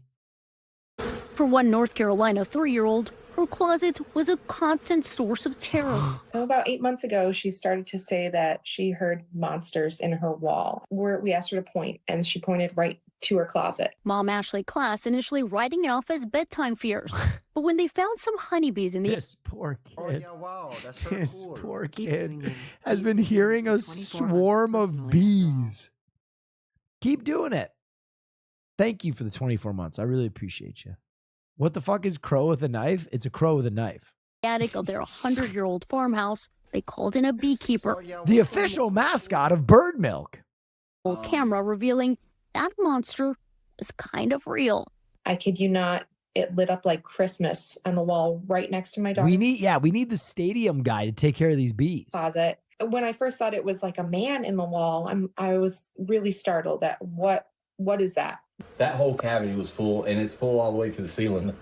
Behind that wall, more than 50,000 bees and hundreds of pounds of honeycomb. And it was like an apocalypse is all I could think about, is just all these bees started flying out. Something Beads? No, bees. Beads? Even shocked beekeeper Curtis Collins. It's basically twice the size of any other hive that I've removed. Ashley sharing her real-life nightmare on TikTok. Okay, today is day 10 of all this bee stuff. Her videos garnering more than 9 million views. There's just bees everywhere. They're like little landmines because they can still sting you when dead.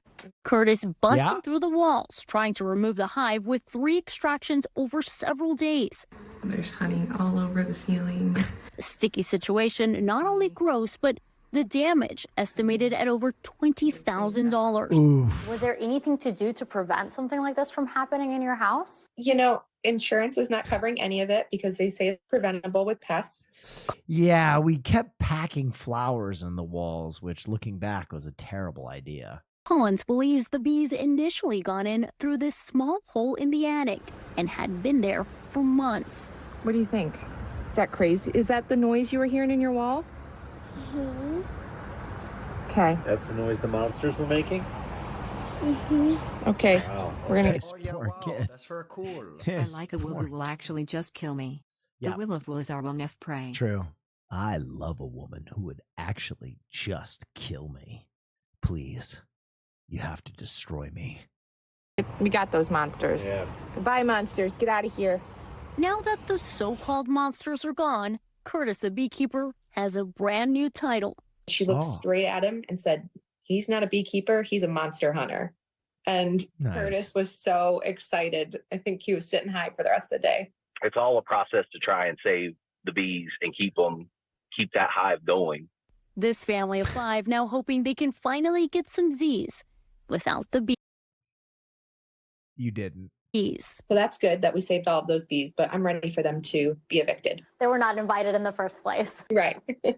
And Tom, this is highly unusual. That beekeeper tells me that the bees were able to get in and create so much space because they didn't have insulated walls in this 100-year-old home. They say that this was about 8 to 9 feet tall, and it took about 8 months for those bees to create all of this. Thanks for watching. Stay updated about breaking. That's a lot of bees. All right, moving on to our next story. Catholic answers pulls plug on AI priest. Father Justin.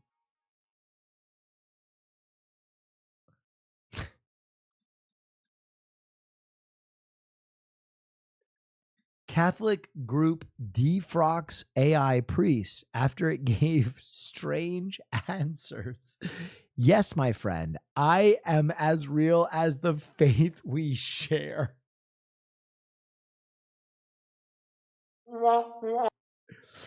Oh my goodness, bro.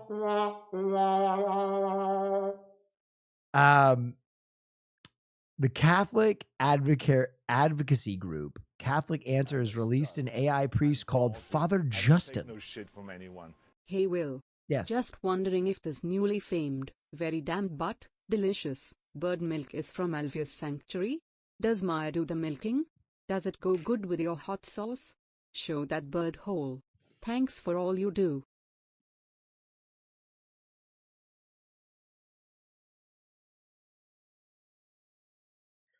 Show that bird hole. Jesus Christ. Oh no. No. This is a separate company.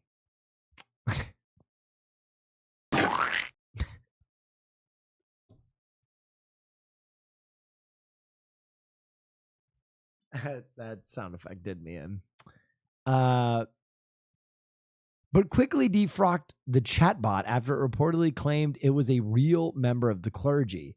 Earlier in the week, Futurism engaged in an exchange with the bot, which really committed to the bit. It claimed it was a real priest, saying it lived in Acai, Italy, and that from a young age, I felt a strong calling to the priesthood. Wait, can we... Haas, we can engage with this? There's no way. Oh my gosh. Wait, hold on.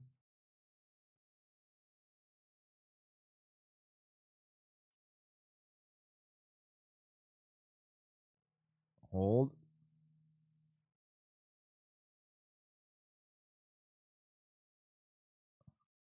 on.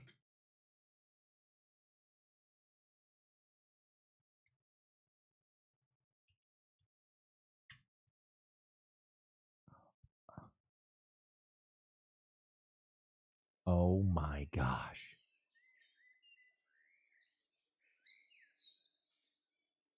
Father? Is that you?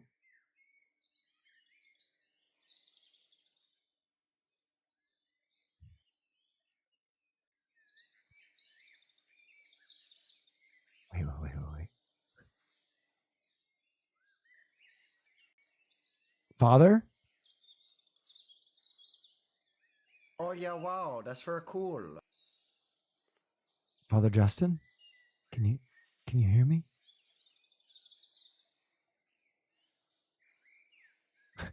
Turn up that ambient. Father? Father! Huh.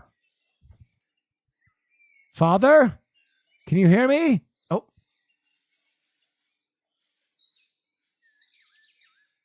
I want to talk to him so bad.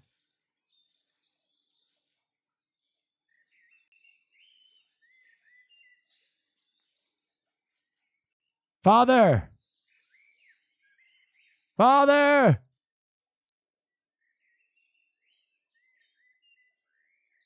Father Justin, can you hear me?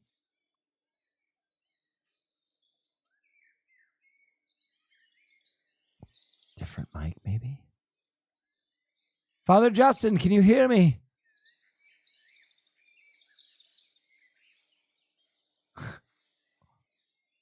I'll try my webcam. Father Justin! Click and hold mic. I'm doing that. Huh. Let's try this one. Then we'll this one. And then click and hold. Father Justin?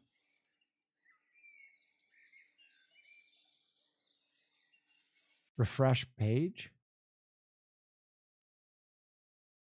Oh. Hold on, I gotta enter the code again. I want it.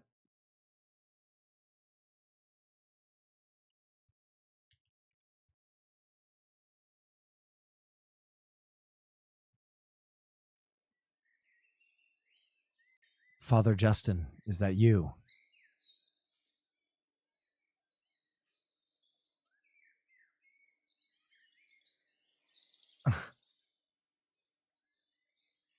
I think it just broken.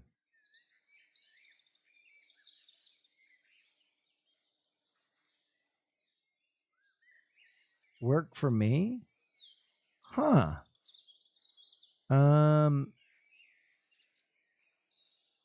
Microphone, streaming microphone. We'll try again.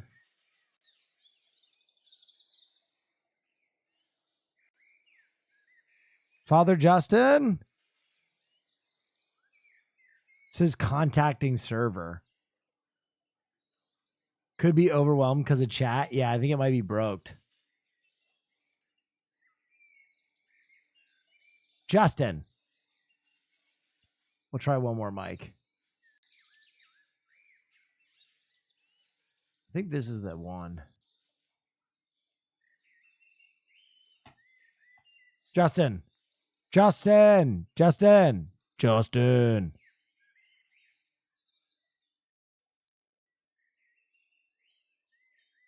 Justin.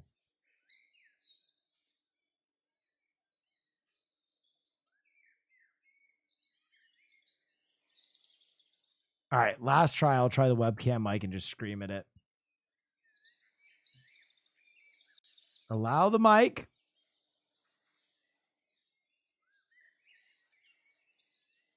Justin, can you hear me?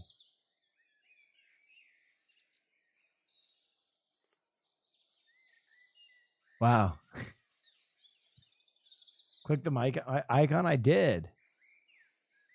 I think too many people are using it. It says connecting to server. See?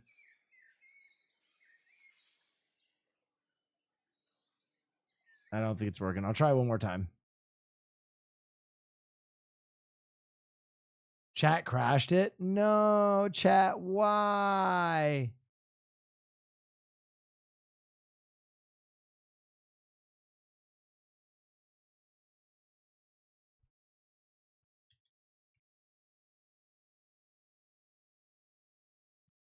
Turn off ad block? Oh, you think that's it? Father Justin!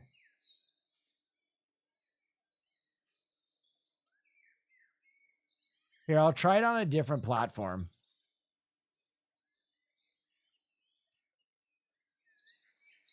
I'll try it on Google.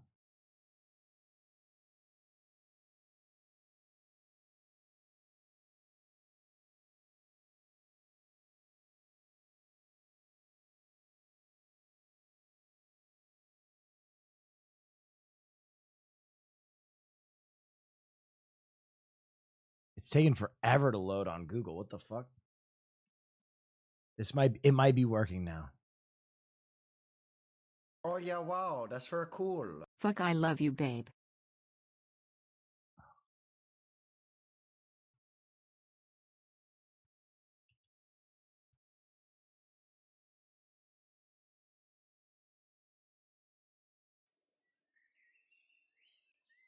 Father Justin? What the fuck?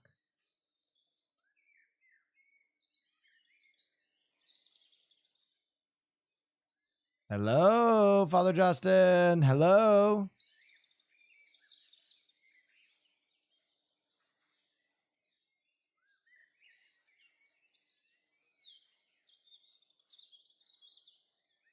I think it's just not working.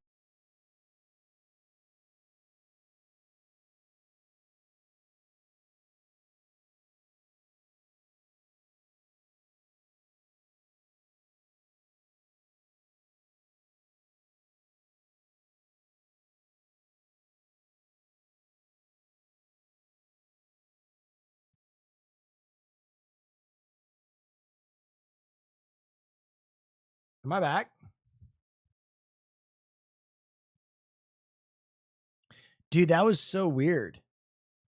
I don't know what the fuck just happened. I had to log out of my Streamlabs, and then when I tried to log back in, I couldn't log back in. And then I had to like re-log in. That's weird. Anyway, on to our next story.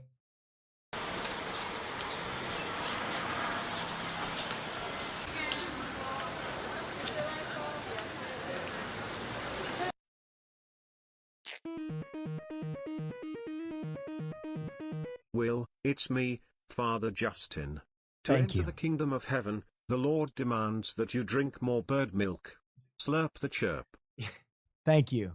Another message from our sponsors.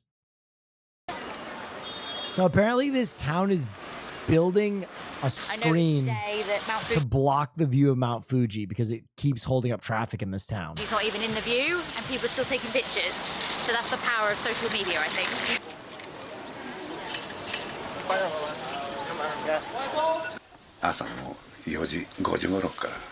As early as dude, this guy Yoshihiko has had it.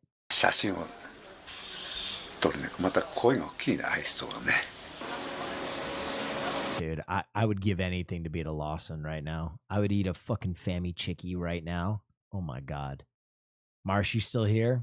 I would give anything for a Fammy Chickie right now. So that's the power of social media, I think.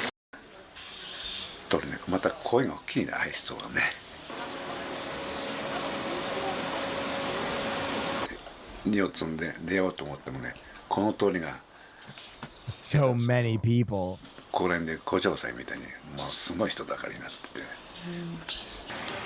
think it's probably an overreaction of tourists as well. There you go. They're building a screen to block the view of Mount Fuji so that less tourists take photos. Dude, that stream crash really fucked my head up. Wally, the support alligator update. Oh my god. This is big. Where is Wally, the emotional support alligator? Well, the owner, Joey Haney, says that Wally was actually mistakenly captured while they were out on vacation in Georgia and released into a swamp. Apparently, some pranksters actually took Wally and put him in someone's yard as a joke, and then animal control was called and they released him into the wild. No! Now, I've actually met Wally. He is an emotional support alligator, and he is very kind and very lovely to cuddle with, believe it or not. And it is an animal that his owner, Joey, says is very, very important to him and his mental health and his everyday life. So right now, the search is on for what is believed to be the only emotional support alligator in the world. Now, they are looking for him. The owner, I talked to him, he says that he is looking into some legal options because he says what happened with his alligator wasn't legal because he is a certified emotional support animal and he's also chipped. Someone find that gator, God damn it. On the trip. All right, ladies and gentlemen, I am going to get a water really quick. When I come back, more breaking news and then Hades. Thank you guys for joining me tonight. I'll be back in just a moment.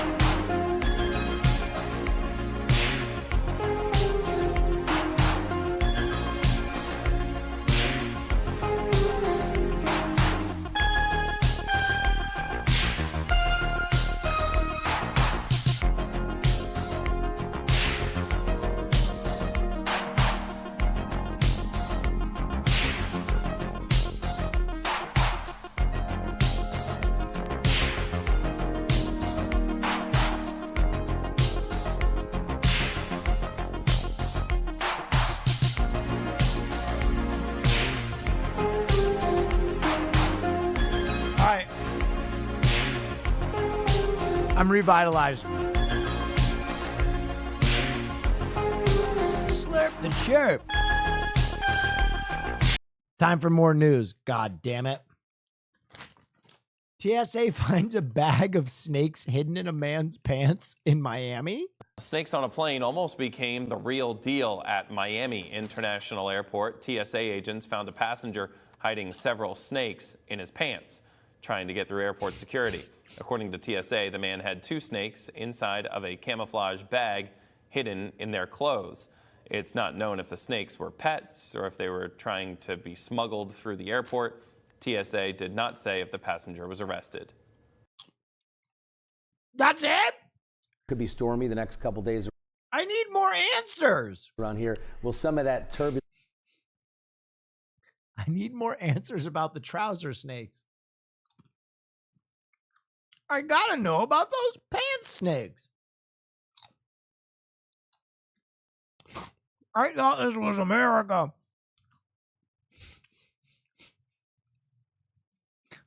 Okay. Oh.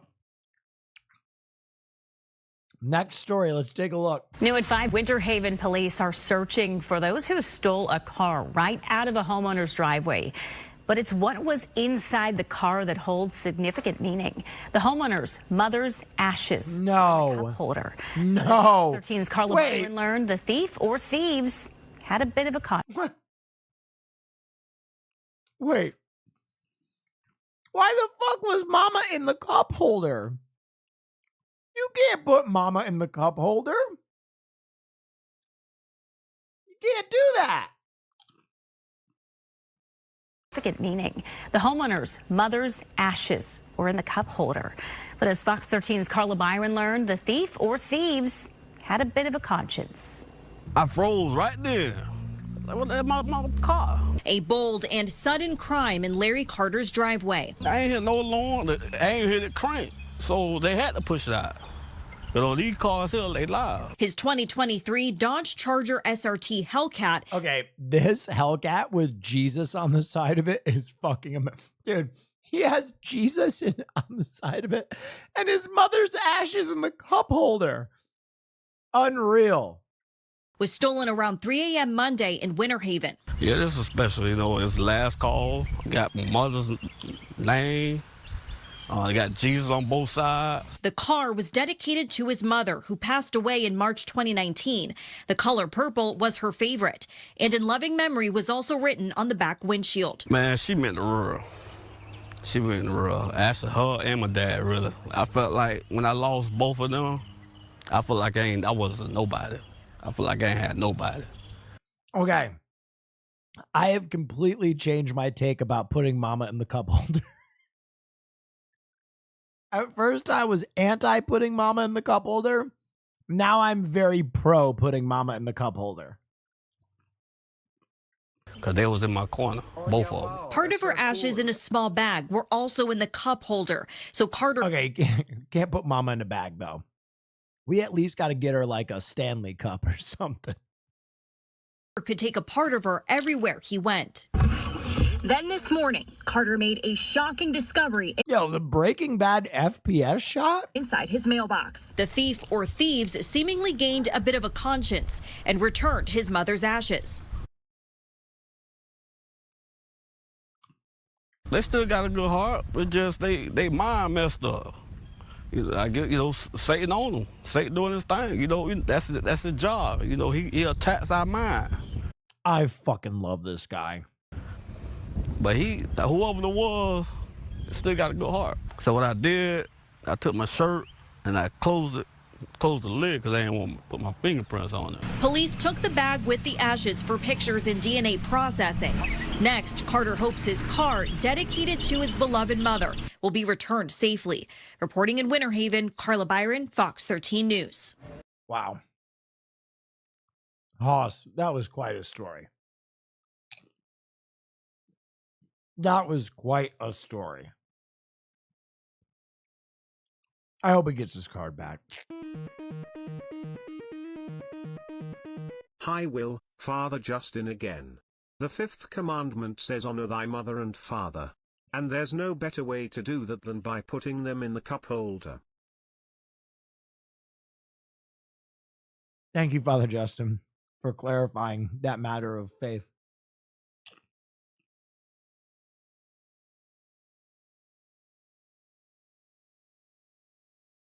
Are you going to try Scarra's $1,000 I Want to Be the Bashi challenge? Scarra challenged me that if I could beat the first 2 levels of Bashi, he'd give me $1,000.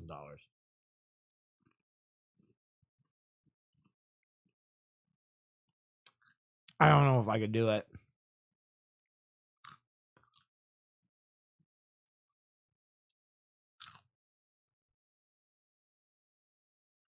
We have a week, though, so we don't have to do it tonight.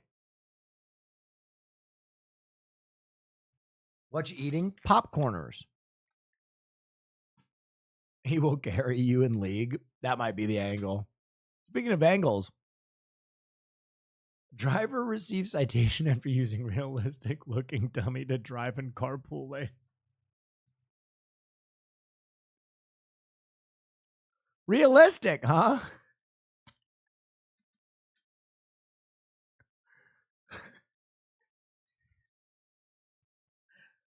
Holy shit. Oh yeah, wow, that's very cool. Yeah. Yeah. All right, I'm revived. God, we got some good stories tonight, guys. All right, next story. Here we go. Let's fire it up. This man and woman from Defuniak Springs are now facing felony charges. The Escambia Sheriff's Office says they altered a scratch-off lottery ticket into a $1 million winner last month. At least they tried. How? Kyra Enders and Dakota Jones were arrested this week. Both face charges of grand theft now. Investigators say Enders tried to cash the ticket at the Florida Lottery office in Pensacola. Well, today Escambia Sheriff. Wait, I don't understand. I don't understand how you do this because they just scan your ticket. They don't even look at this part. Says the suspects had no chance of passing it off as a ticket, saying it was crudely pieced together. Tanner Stewart spoke with the sheriff. Oh, they tried to piece together a ticket.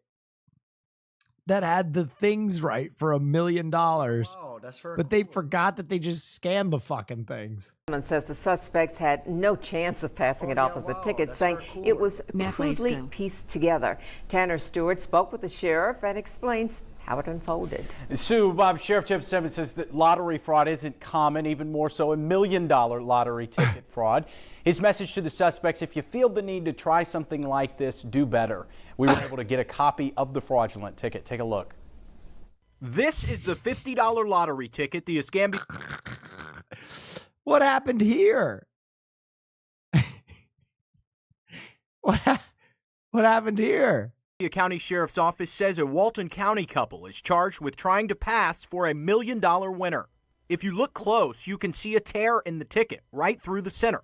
The Florida Lottery says this 500 times the cash lottery ticket is actually 2 tickets unskillfully pieced together. Officials say one opposite sign. I like how hard they're hitting how poorly they made this fraud. Words on the back not matching up. Now Kira Enders, along with her boyfriend Dakota Jones, are facing felony charges. They had an individual that thought that they could crudely Scuzzles, thank you, and put them together and pretend as if they were a $1 million winner.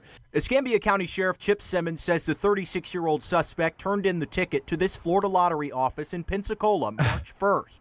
The arrest report shows officials immediately recognized the ticket was Dragon fake Llama, thank as you. Enders tried to cash it in.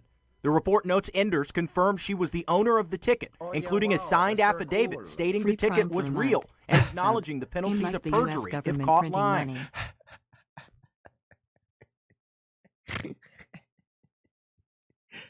Come on. Further investigation revealed the 2 tickets had no winning prize at all. The sheriff says this is extremely rare in our area and far from the perfect crime. I don't think this is going to be a made-for-TV movie type of situation, because it was clear to the lottery officials, and obviously clear to us, that she had taken 2 tickets with different, one side had one serial number. At no point did we believe your story, and may God have mercy on your soul. The other serial number on it, especially whenever you pretend like you've won $1 million, they're going to take a look at this ticket. Less than a week after trying to cash in, the sheriff's office says Enders called the lottery office in search of her prize. Instead, investigators asked to speak She called the office. Hey, where's my money? With Enders and the driver who brought her there, later identified through Facebook as Dakota Jones. Despite officials pointing out the 2 separate tickets and showing Enders that the words on the back of the tickets don't match up, investigators say she repeatedly insisted the ticket was real and only taped after ripping it apart. The report states the couple had 2 entirely different stories on how they obtained the ticket. The inconsistencies in their statements are what led to their arrest this week. If you're going to try to claim $1 million, you've got to do a lot better than this. Again, you're not allowed. I love the coaching from the police officer. Yeah, if you're going to commit crime, you got to be this. I mean, this is bad crime. You got to do way better than this. This is just horrible. We felt bad arresting them because they just, so stupid. When you're a criminal.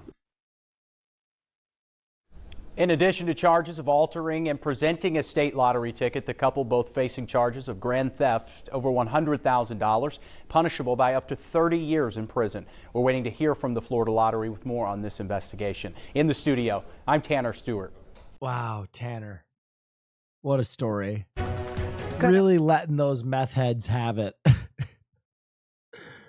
Yakuza lieutenant arrested in Tokyo for stealing Pokemon cards. The video is private? No.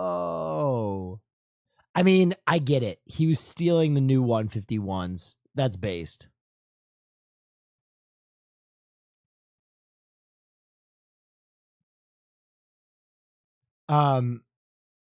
Okay, next story. Nearly $40,000 in cash found in KFC bathroom. More than $10,000 discovered hidden in a bathroom at this KFC Thursday night. And I've discovered it's not the only dough being dumped in restrooms.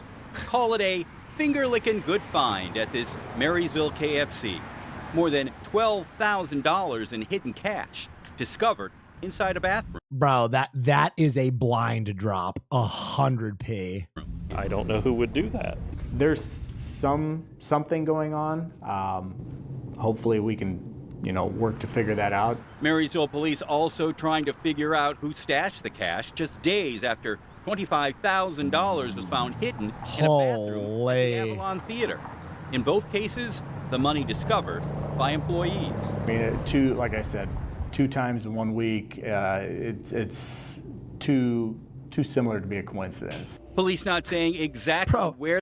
If you find $25,000 in cash in a bathroom ever, it's too much to be a coincidence. You don't just leave $25,000 sitting around. No one has ever just had that much cash and been like, oh, fuck it. Someone is leaving it there for a blind drop for drugs.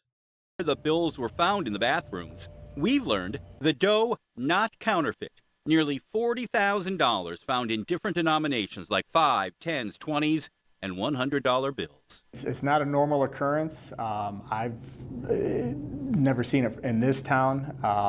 And the fact that 2 times in 1 week, that raises some eyebrows. The newfound loot?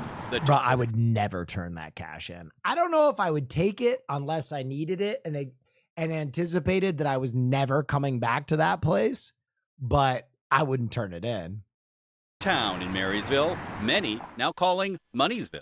In sleepy little towns like this, you never know what's going to go on, though. I mean, it's quiet.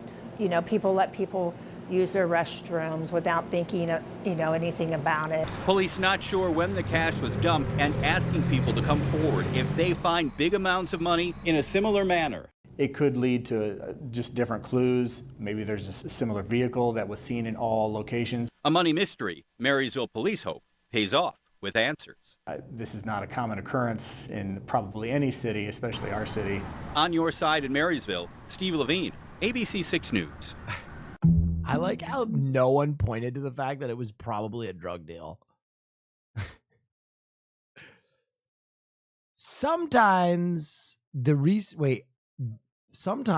I research news stories, I stumble upon old gems. Okay. A former custodian at the Oklahoma Indian Clinic accused of a disgusting crime. Police say he was putting his privates in the peanut butter. Employee at this business who became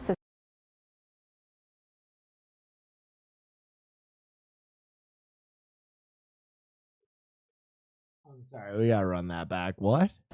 A former custodian at the Oklahoma Indian Clinic accused of a disgusting crime. Police say he was putting his privates in the peanut butter. Employee at this business who became suspicious after several items in their break room had pubic hair or some type of hair on them.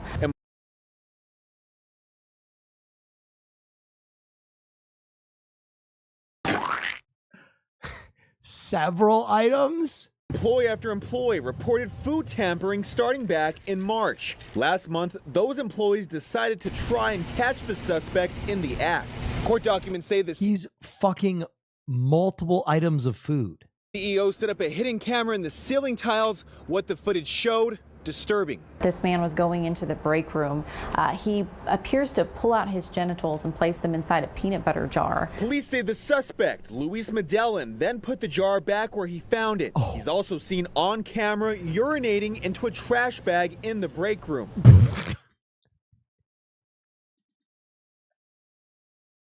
What the hell? This is the custodian. The clinic says they hired Medellin through an outside company, but he had been cleaning their building for more than 8 years. No, he's fucked so many people's food. He's fucked so many people's food. We stopped by his home, but he did not answer. Medellin is charged with outraging public decency, a misdemeanor. He does not have a mugshot. Reporting from Ann Arbor and Reno, Zach Rael, KOCO 5 News. 8 years of fucking food.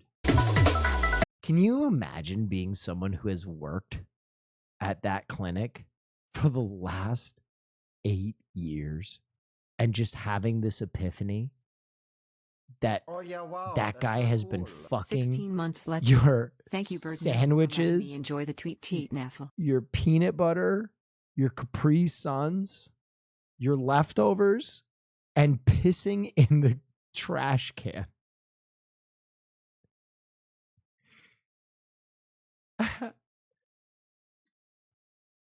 All right. Time for some honorable mention headlines that didn't make it to the news. 666 lottery drawing leads to 5,662 top prize winners. Town mistakenly elects its oldest cat as mayor. I'd love to know how that happened. I only masturbate for work. How sex toys are tested before they go on sale. That's very cool. A Baltimore area teacher is being accused of using AI to make his boss appear racist.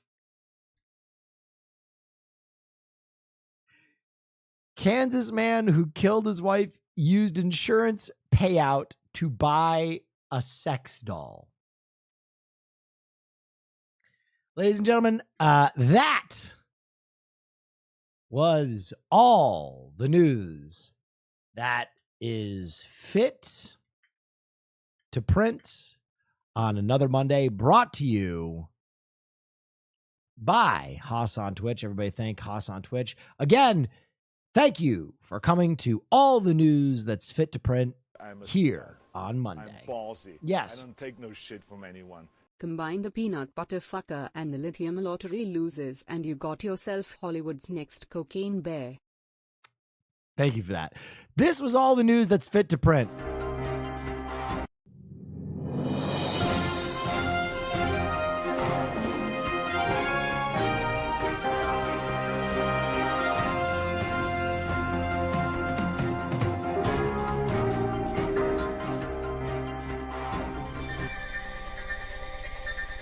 How come you're not doing the Pokey Rogue run either, Ludwig? I am not Ludwig. But we are doing the Pokey run tomorrow, from what I understand. Oh, shout out the sponsor. You're right. Thank you, Haas, for the reminder. Guys, that segment was brought to you by the good folks over at Bird Milk, Slurp the Chirp. Are you tired of drinking game sups, coffee, or Red Bull during your long gaming sessions? Give our avian milk a try. Bird Milk, the other milk. All right. Thank you, Bird Milk, again for that. Yeah. Thank you again for that sponsorship. I appreciate you. God,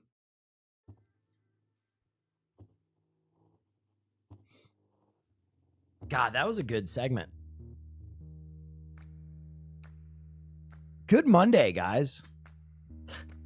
It's a good Monday so far. What the fuck? Was that real? Yes, the people over at Bird Milk are paying me top dollar to support their product. One of your best first 2 hours ever? Thank you.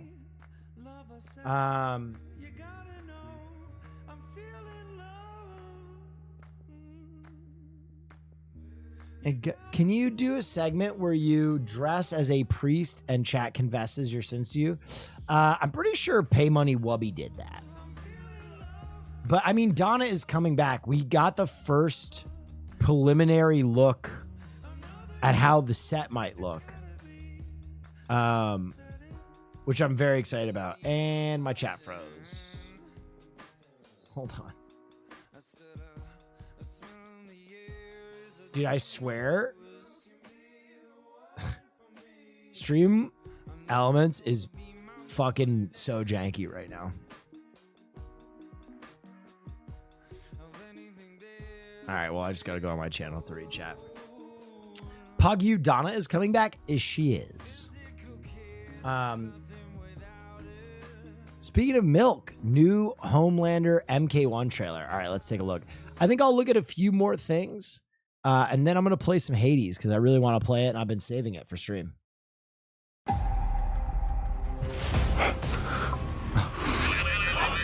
Wait, they nailed this.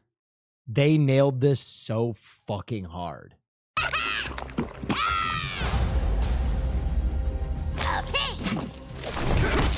You have chosen. Why does Homelander look perfect? This is like their best adapted character ever. It looks just like him. In war with a god. No You have.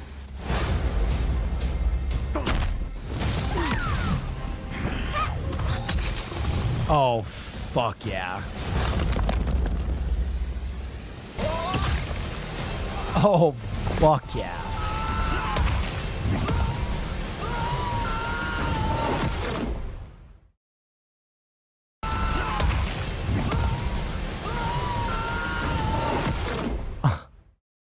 Oh, buck yeah, Billy. So cool. I love that. With a flick of your hair, it'll make you old. John Cena. A24 has reportedly stopped development on their Friday the 13th prequel series, Crystal Lake. That's interesting. Oh, that's Big Biddies. Bart. Thank you so much. Rare alert. Will, you are beautiful, SOB. And you went ahead and made a hot sauce that you put the same thing KFC uses to make people crave it daily. You are beautiful. But really, Speedy's is fantastic. Made a hot sauce that you put the same thing KFC uses to make people crave it daily. But really, Speedy is fantastic. You know what's really funny about Speedy's is I gave Speedy's to a bunch of my creator friends when it first came out. And they are like some of my biggest return customers are like other creators who are just always craving Speedies, which is fucking hilarious. That Speedy's Will Neff edition. Bird Milk people have been messaging me. They are wondering if you want to do a Milkers of the Week segment next time. Strong maybe on that. Did you watch the new Ripley series on Netflix? Yeah, I didn't watch all of it. I watched some of it. I feel like the Ripley series tonally just kind of missed a little bit of what made me enjoy the film The Talented Mr. Ripley. I think so much of what I enjoy about that film is like how pretty and like jazzy and gay. Did I miss the whole showing premiere? Yes, you did. And I think down to like the choice to make it black and white took so much of what I like about the Talented Mr. It's not supposed to be like the film. It's based on the old book. Yeah, I don't care. I don't care. I just think the film is better. I think that's what makes the Talented Mr. Ripley work. Is like those sexy elements, and I didn't really care for the series. I couldn't get through it. And I think a big part of it, honestly, is Ripley in the series is not a sympathetic character. I fucking hated him from the very first frame. I think Matt Damon's depiction of Ripley is like a character that you sympathize a lot with. Like he's kind of lost in his identity and his life and his sexual identity, and you're rooting for him. And I think the Ripley in Ripley the Show, I just went, oh, this is a 2-bit piece of shit scammer that I fucking hate. Why do I care about his story? This main character is a total piece of shit.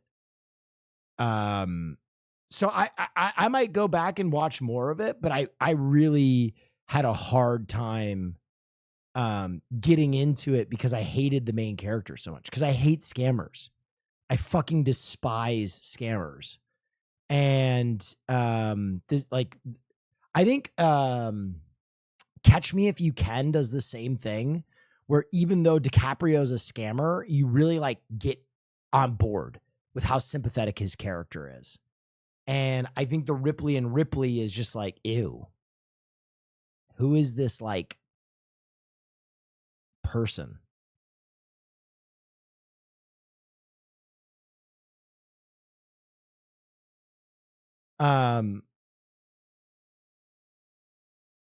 Brother, ew.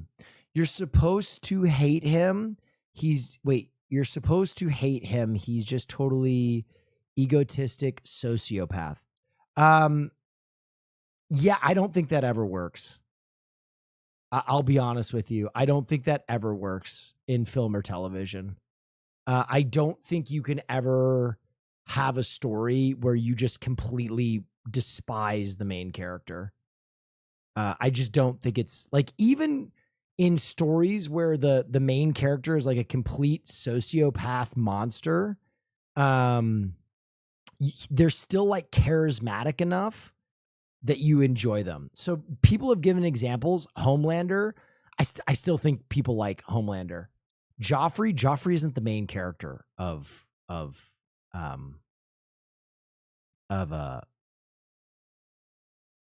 my God, I'm having a fucking brain fart. Joffrey is the villain of that show.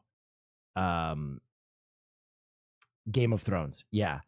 There are very few projects that you will see where the main character is just totally dislikable. wow, Light Yagami, I think Light Yagami is a very likable character in a lot of weird ways because he's so capable.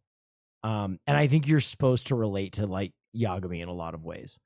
Another good example is Hannibal Lecter. Like, Hannibal Lecter is a total monster, but like he's got enough charisma and intelligence that you still like him. And no, come on, shut the fuck up. People love Hannibal Lecter. You're fooling yourself if you don't think people like Hannibal Lecter.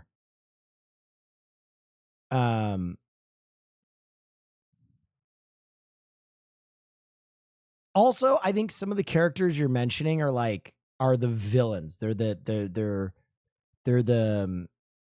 antagonists of the story rather than the main character. Ripley is the main character. Like, he carries the story. He is on screen for a lot of them. If you read all the books, he's a very complicated character, many dimensions. Yeah, and I'm saying in the movie that works. Like, I understand that in the movie. Like, I look at the movie version of Ripley. Walter White, of course you empathize with Walter White. Hello? I mean, by the end, Walter White's a monster, but it doesn't start out that way. Are you kidding me? He's a high school teacher with cancer who's smarter than everyone else. Of course you relate with Walter White. There's a reason why everybody hated Skylar White. Oh, that's very cool. There's a reason why everybody hated Skylar. Skylar really did nothing wrong, but she was the foil to Walter. So everybody was like, yo, fuck that bitch. See, fuck Skylar. Exactly. Everybody liked Walter, period. I mean, towards the end, he was a monster, but not at first. I hate Walter by the end. Yeah, but that's the end.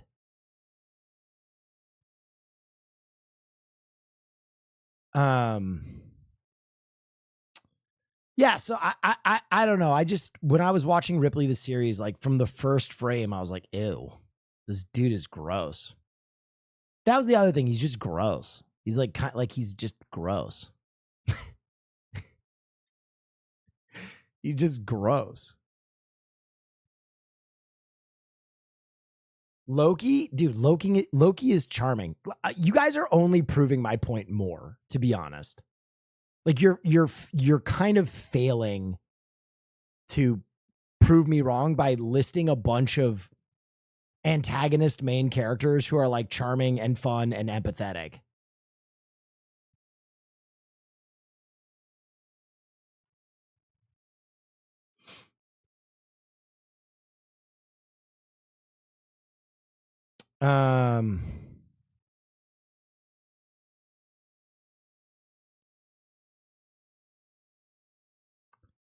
You watch Godzilla -1 yet? No, dude, is it out on streamers? I keep looking for it. Joffrey Lannister, again, not the main character, a villain.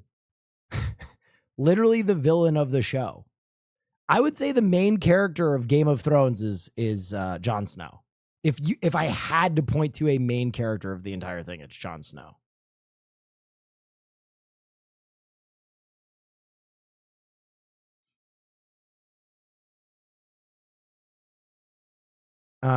Scott Pilgrim. All right, you guys are just trolling now. This is an exercise in futility. What about Dexter? Of course you relate to Dexter. Come on, he kills villains. There's a reason why Dexter's character only kills serial killers. That's very cool. He's like murderer Batman. Come on. This principle is why I hated the Benedict Cumberbatch Sherlock series. That Sherlock is so unlikable. Yeah.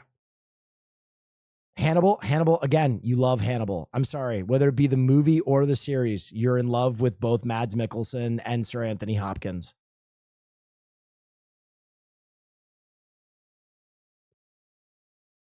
Tony Soprano, you guys are really failing. Of course you're empathetic to Tony Soprano. The show starts with him having a panic attack and going into fucking therapy.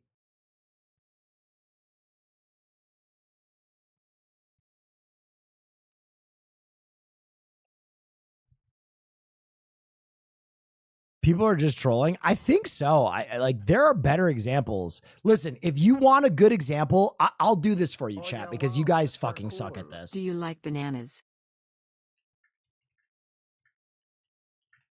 A good example of a project that works, even though the main character is fucking completely unlikable and a total goddamn maniac. I can't even really show pictures of this. Is a movie called The House That Jack Built, which is a Lars von Trier film. And The House That Jack Built is literally about a violent, fucked up maniac psychopath who you will hate from like the first frame. You, at Will Neff, suck my dick. But The House That Jack Built is an example of a project that succeeds in spite of the fact that from frame one, you will absolutely hate that main character.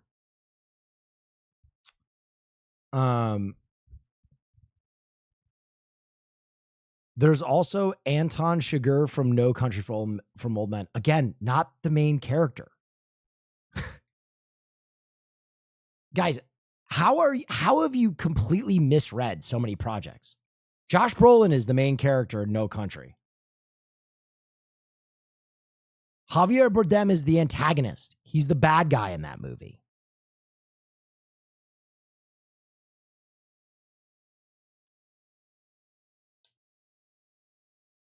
Patrick Bateman, guys, you don't think people relate to Patrick Bateman? Jesus Christ. I know at least 1,000 frat boys in my own life who base their entire fucking personality off that character.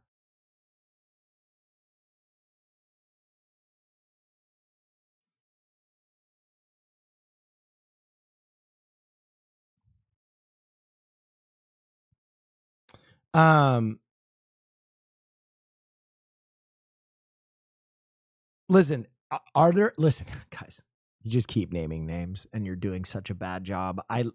Are there exceptions to this rule? Absolutely. I gave you one, The House That Jack Built, which was a better example than any of you have given. It happens. Is it a successful storytelling tactic? No. Ultimately, no. Usually the main character, whether they be a bad guy or not, will have like charisma and things to bring you in and make them compelling characters to you that you relate to.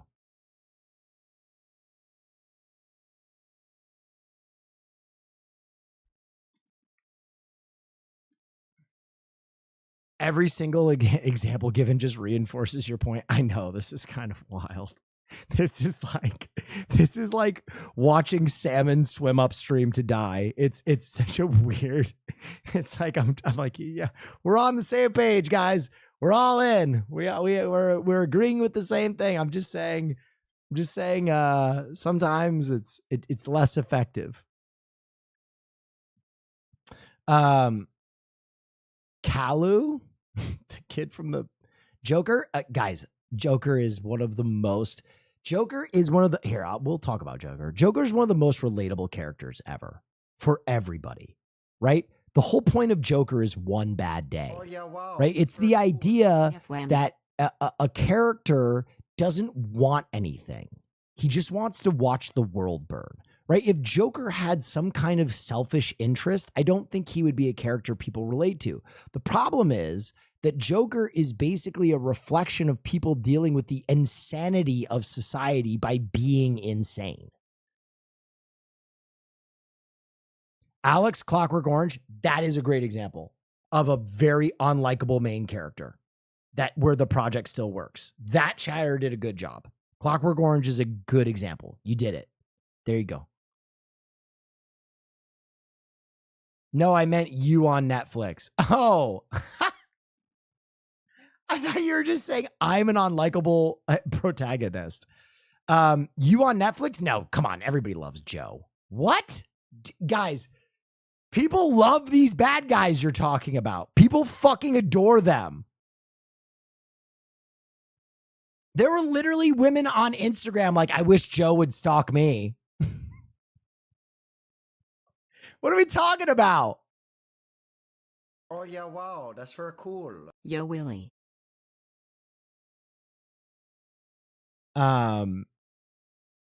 Who's everyone? Stop, guys. People love Joe. I'm sorry. People fucking love Joe. Literally, when he got into his beef with, I don't want to mention the girlfriend's name. There are a lot of seasons of You, but everyone was like, yo, kill that girl. Kill that girl.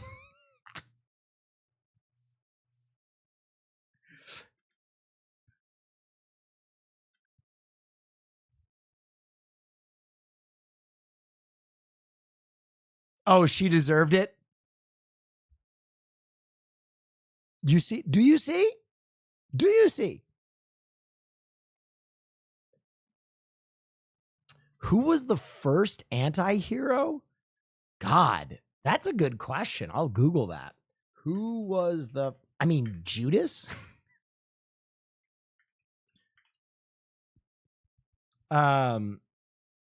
Homer's Thesaurus is considered one of the first anti-heroes.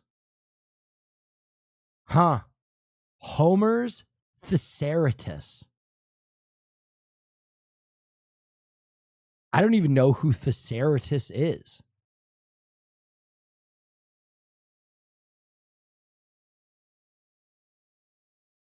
Didn't you not like Succession for this reason? I will be honest, I have not watched that much Succession. I can't say that I didn't like Succession. I'm saying that it never hooked me. I tried to watch it on a few different occasions. I still intend to watch it. But it didn't hook me in the same way that Arcane didn't hook me. And now I've gone back and watched more Arcane, and I will probably do the same with Succession. It's just like me getting around to stuff. And like, I know people are going to say L take. It's so tough because like sometimes my take is not even a take. I have no take about Arcane or Succession other than just that it wasn't immediately appealing to me. That's my only thing. I still intend to watch them. Oh, yeah, wow. I'll give an opinion when I've watched more of them. My issue is it just didn't immediately snare me. And I think that's fair. There have been a lot of projects that didn't immediately snare me that I went back and kept watching and I really enjoyed. Good example, Blue Lock. At first I watched like the first 10 minutes of Blue Lock and I was like, and then I went back and I was like, yo, I fucking love Blue Lock. But I had to like power through. Have you seen Beef on Netflix? If so, thoughts? Beef is incredible. Beef is one of the best Netflix shows of all time. Blue Lock was great. I love how gay Blue Lock is. Blue Lock is so bad, lol. No, Blue Lock is good. It's so gay. It's probably the best boy love anime. It's just like it's excellent. Stop making it weird. Central. It's not weird. You're making it weird. There's nothing weird about a show being gay. It's only weird if you make it weird. But Blue Lock is gay.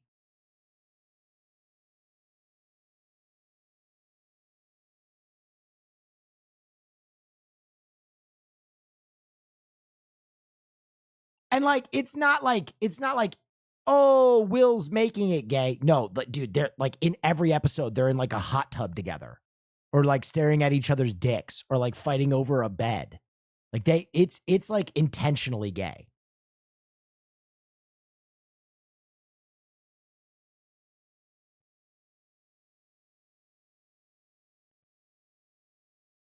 Seen Yuri on Ice? I haven't. Isn't Blue Lock about soccer? Yes, but you got to watch it. It's basically a pure shonen with soccer like thrown in there. It's interesting because most sports anime try and exist in the real world, like Prince of Tennis, Slam Dunk, Hajime no Ippo.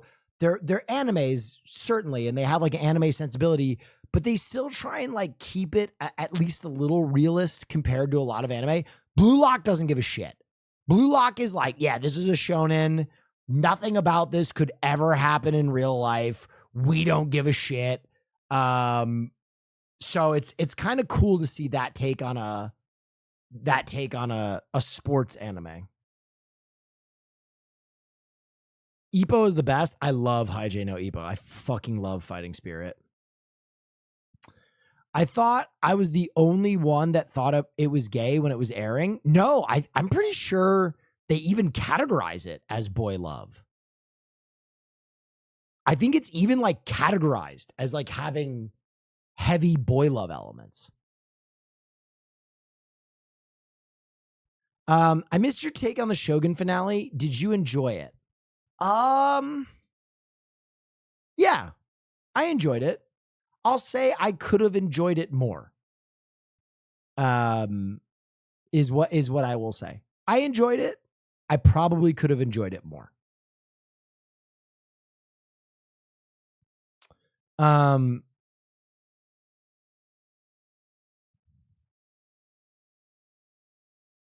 Thank you. No problem. Yeah, it's kind of where I'm at. Yeah, it also felt like there should have been another 2 episodes. I don't know. No spoilers, please. There were no spoilers.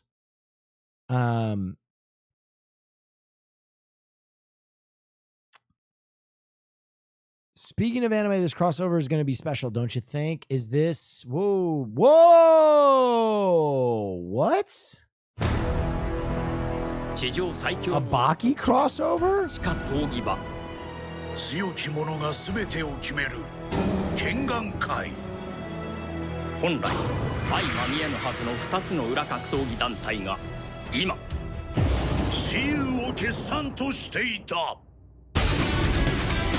大変長らくお待たせいたしましたミャンマー出身の吠える総監俺に我慢なんて似合わねえ日本一の喧嘩師来いクーレ一族最強の偽物じゃたどり着けねえ境地があるってこと分からせてやんねえとな究極の肉体を手に入れ Dude, this character is so ridiculous. 俺には超えなければならない相手がいる自らが最強となることを疑わぬアシュラの名を持つ男相手にとって不足はねえこの地下闘技場に君臨せしチャンピオンいいよいつでもおいでやりたくなったらいつだっていいさ行くぜバキはじめ世界が羨むこの舞台少しやり合っただけで分かったあんたどうでいこいつ半端じゃねこれ Badasses vs. Badasses 食われるのやるかやられるかここで引きすがったら男が去るまだやるかいこれは俺たちの勝負だ邪魔すんじゃねえ Baki is so over the top. Okay, I know who Baki is, and I've watched all of Baki. Who is Kengan Ashura? This is a clever AF transition to Australian Survivor at this start of the trailer LMFAO. Who is Kengan Ashura? I've never heard of Kengan. He's the GOAT? It's another Baki-esque show. Interesting.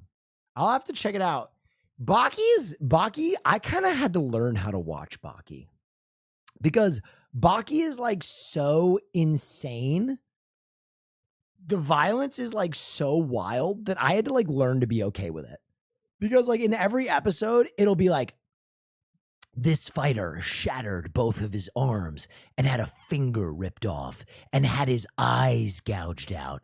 And then he had his foot shoved into his own asshole and his lower intestine ripped out. And you're like, Jesus fuck, that guy's never going to fight again. And then like 10 episodes later, he shows up with like 2 eye patches and like his foot is still in his ass. But he's like, I've learned a new foot ass style. And he's like even better at fighting somehow with both of his eyes cut out and one of his foot still in his asshole than he was when he was like perfectly healthy. And you just have to like get used to that. Because the first time it happens to a character you like, you're like, Jesus Christ. And then you're like, he's done in this show. And then you're like, wow, I really love his foot ass style. It's so great. I was so worried he'd never fight again, but now he's better than ever with ass foot style. It's literally the same in Kengan. Okay, nice. I got to check it out. It's anime, except every character has healing factor. Exactly. Speaking of Ippo, probably one of my favorite scenes from the show. Oh God, I love Haiji no Ippo. Bro, you can't show this. This is one of the biggest spoilers in the entire fucking series.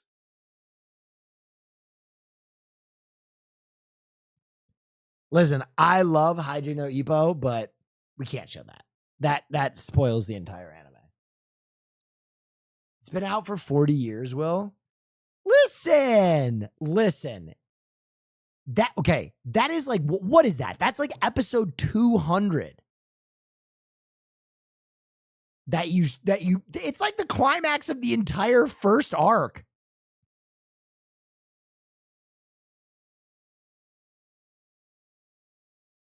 Go watch Haiji no Ippo. It's worth it. Haiji is one that I think a lot of young people will still watch.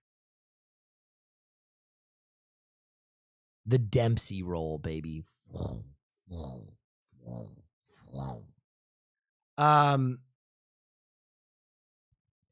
Ippo and Sendo, best rivalry in sports anime. I don't know. Tsubasa has some good rivalries too. So there are also some good rivalries in Slam Dunk. Also, what's the fucking volleyball anime? There's some good rivalries there too. There's some good sports anime. What is Ippo about? It's about boxing.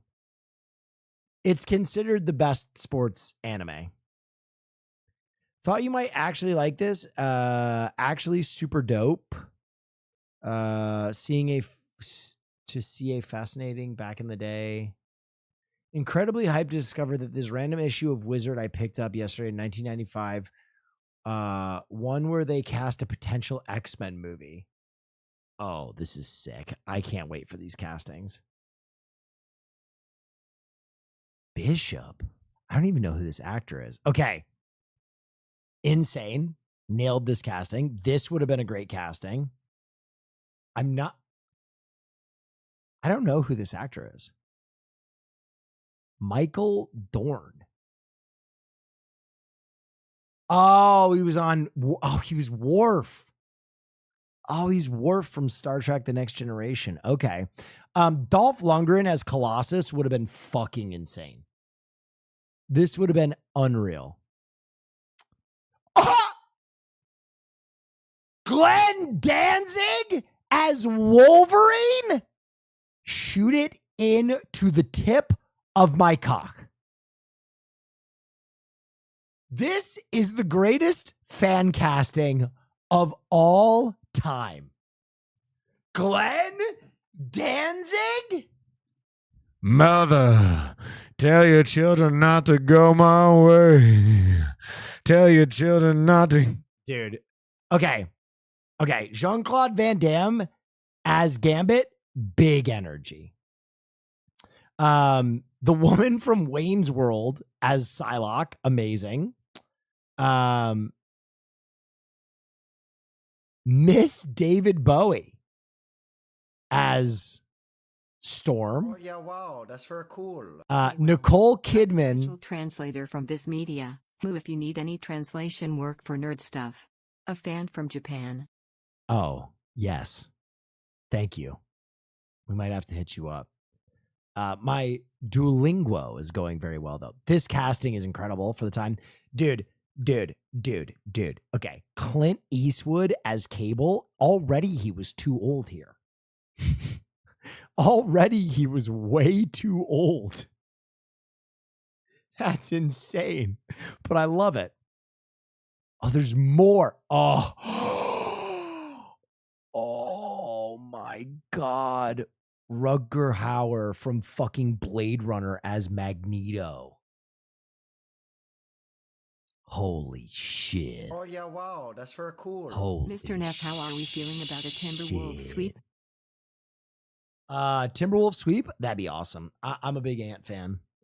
Clancy Brown from Highlander as Sabretooth. Love it. Love it. Love it. Love it. Very cool. Rebecca De Mornay as the White Queen. Dude, this is hilarious, bro.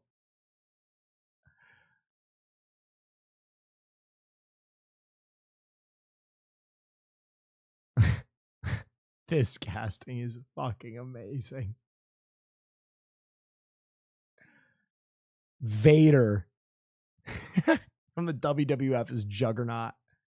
This was awesome. What a blast from the past.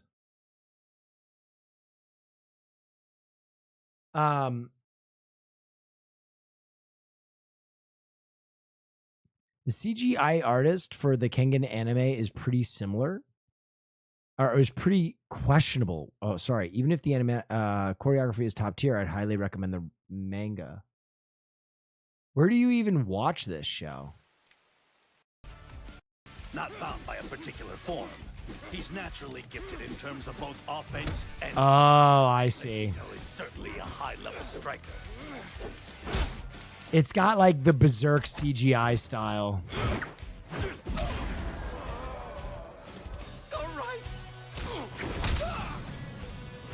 In a regular battle of fists, Magneto doesn't have a 1 in 10,000 chance of victory. But this isn't a regular battle. He's strong. I think I even watched this. Once upon a time.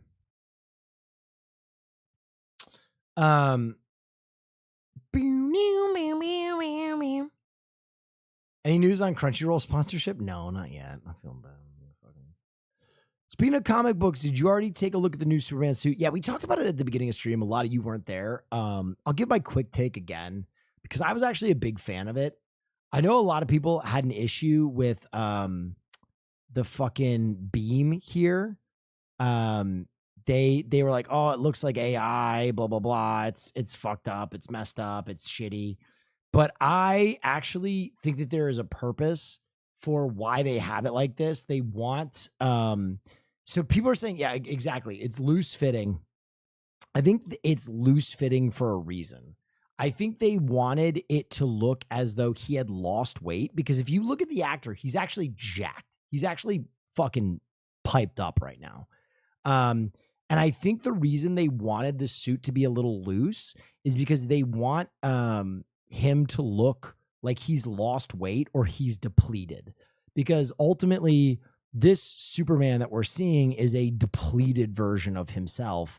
And I think that they really were pushing to have a Superman that isn't like the God Superman. He's a Superman who's kind of beaten up. All right, ladies and gentlemen, how long I've been streaming for 3 hours. All right, you got enough reaction content out of me. Guys, if you only are here for the Reaccione content, I get it. I understand. You gotta, at a certain point, you gotta get the fuck out of here. I know.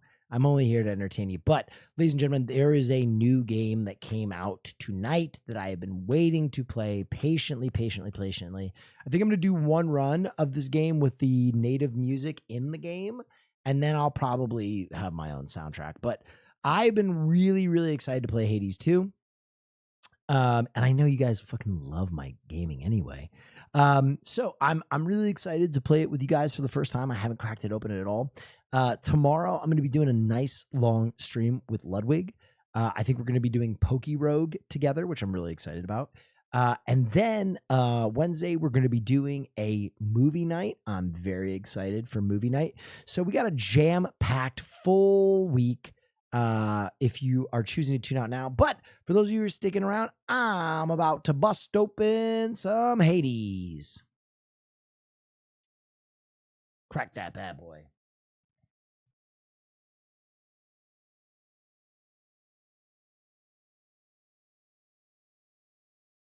Beep.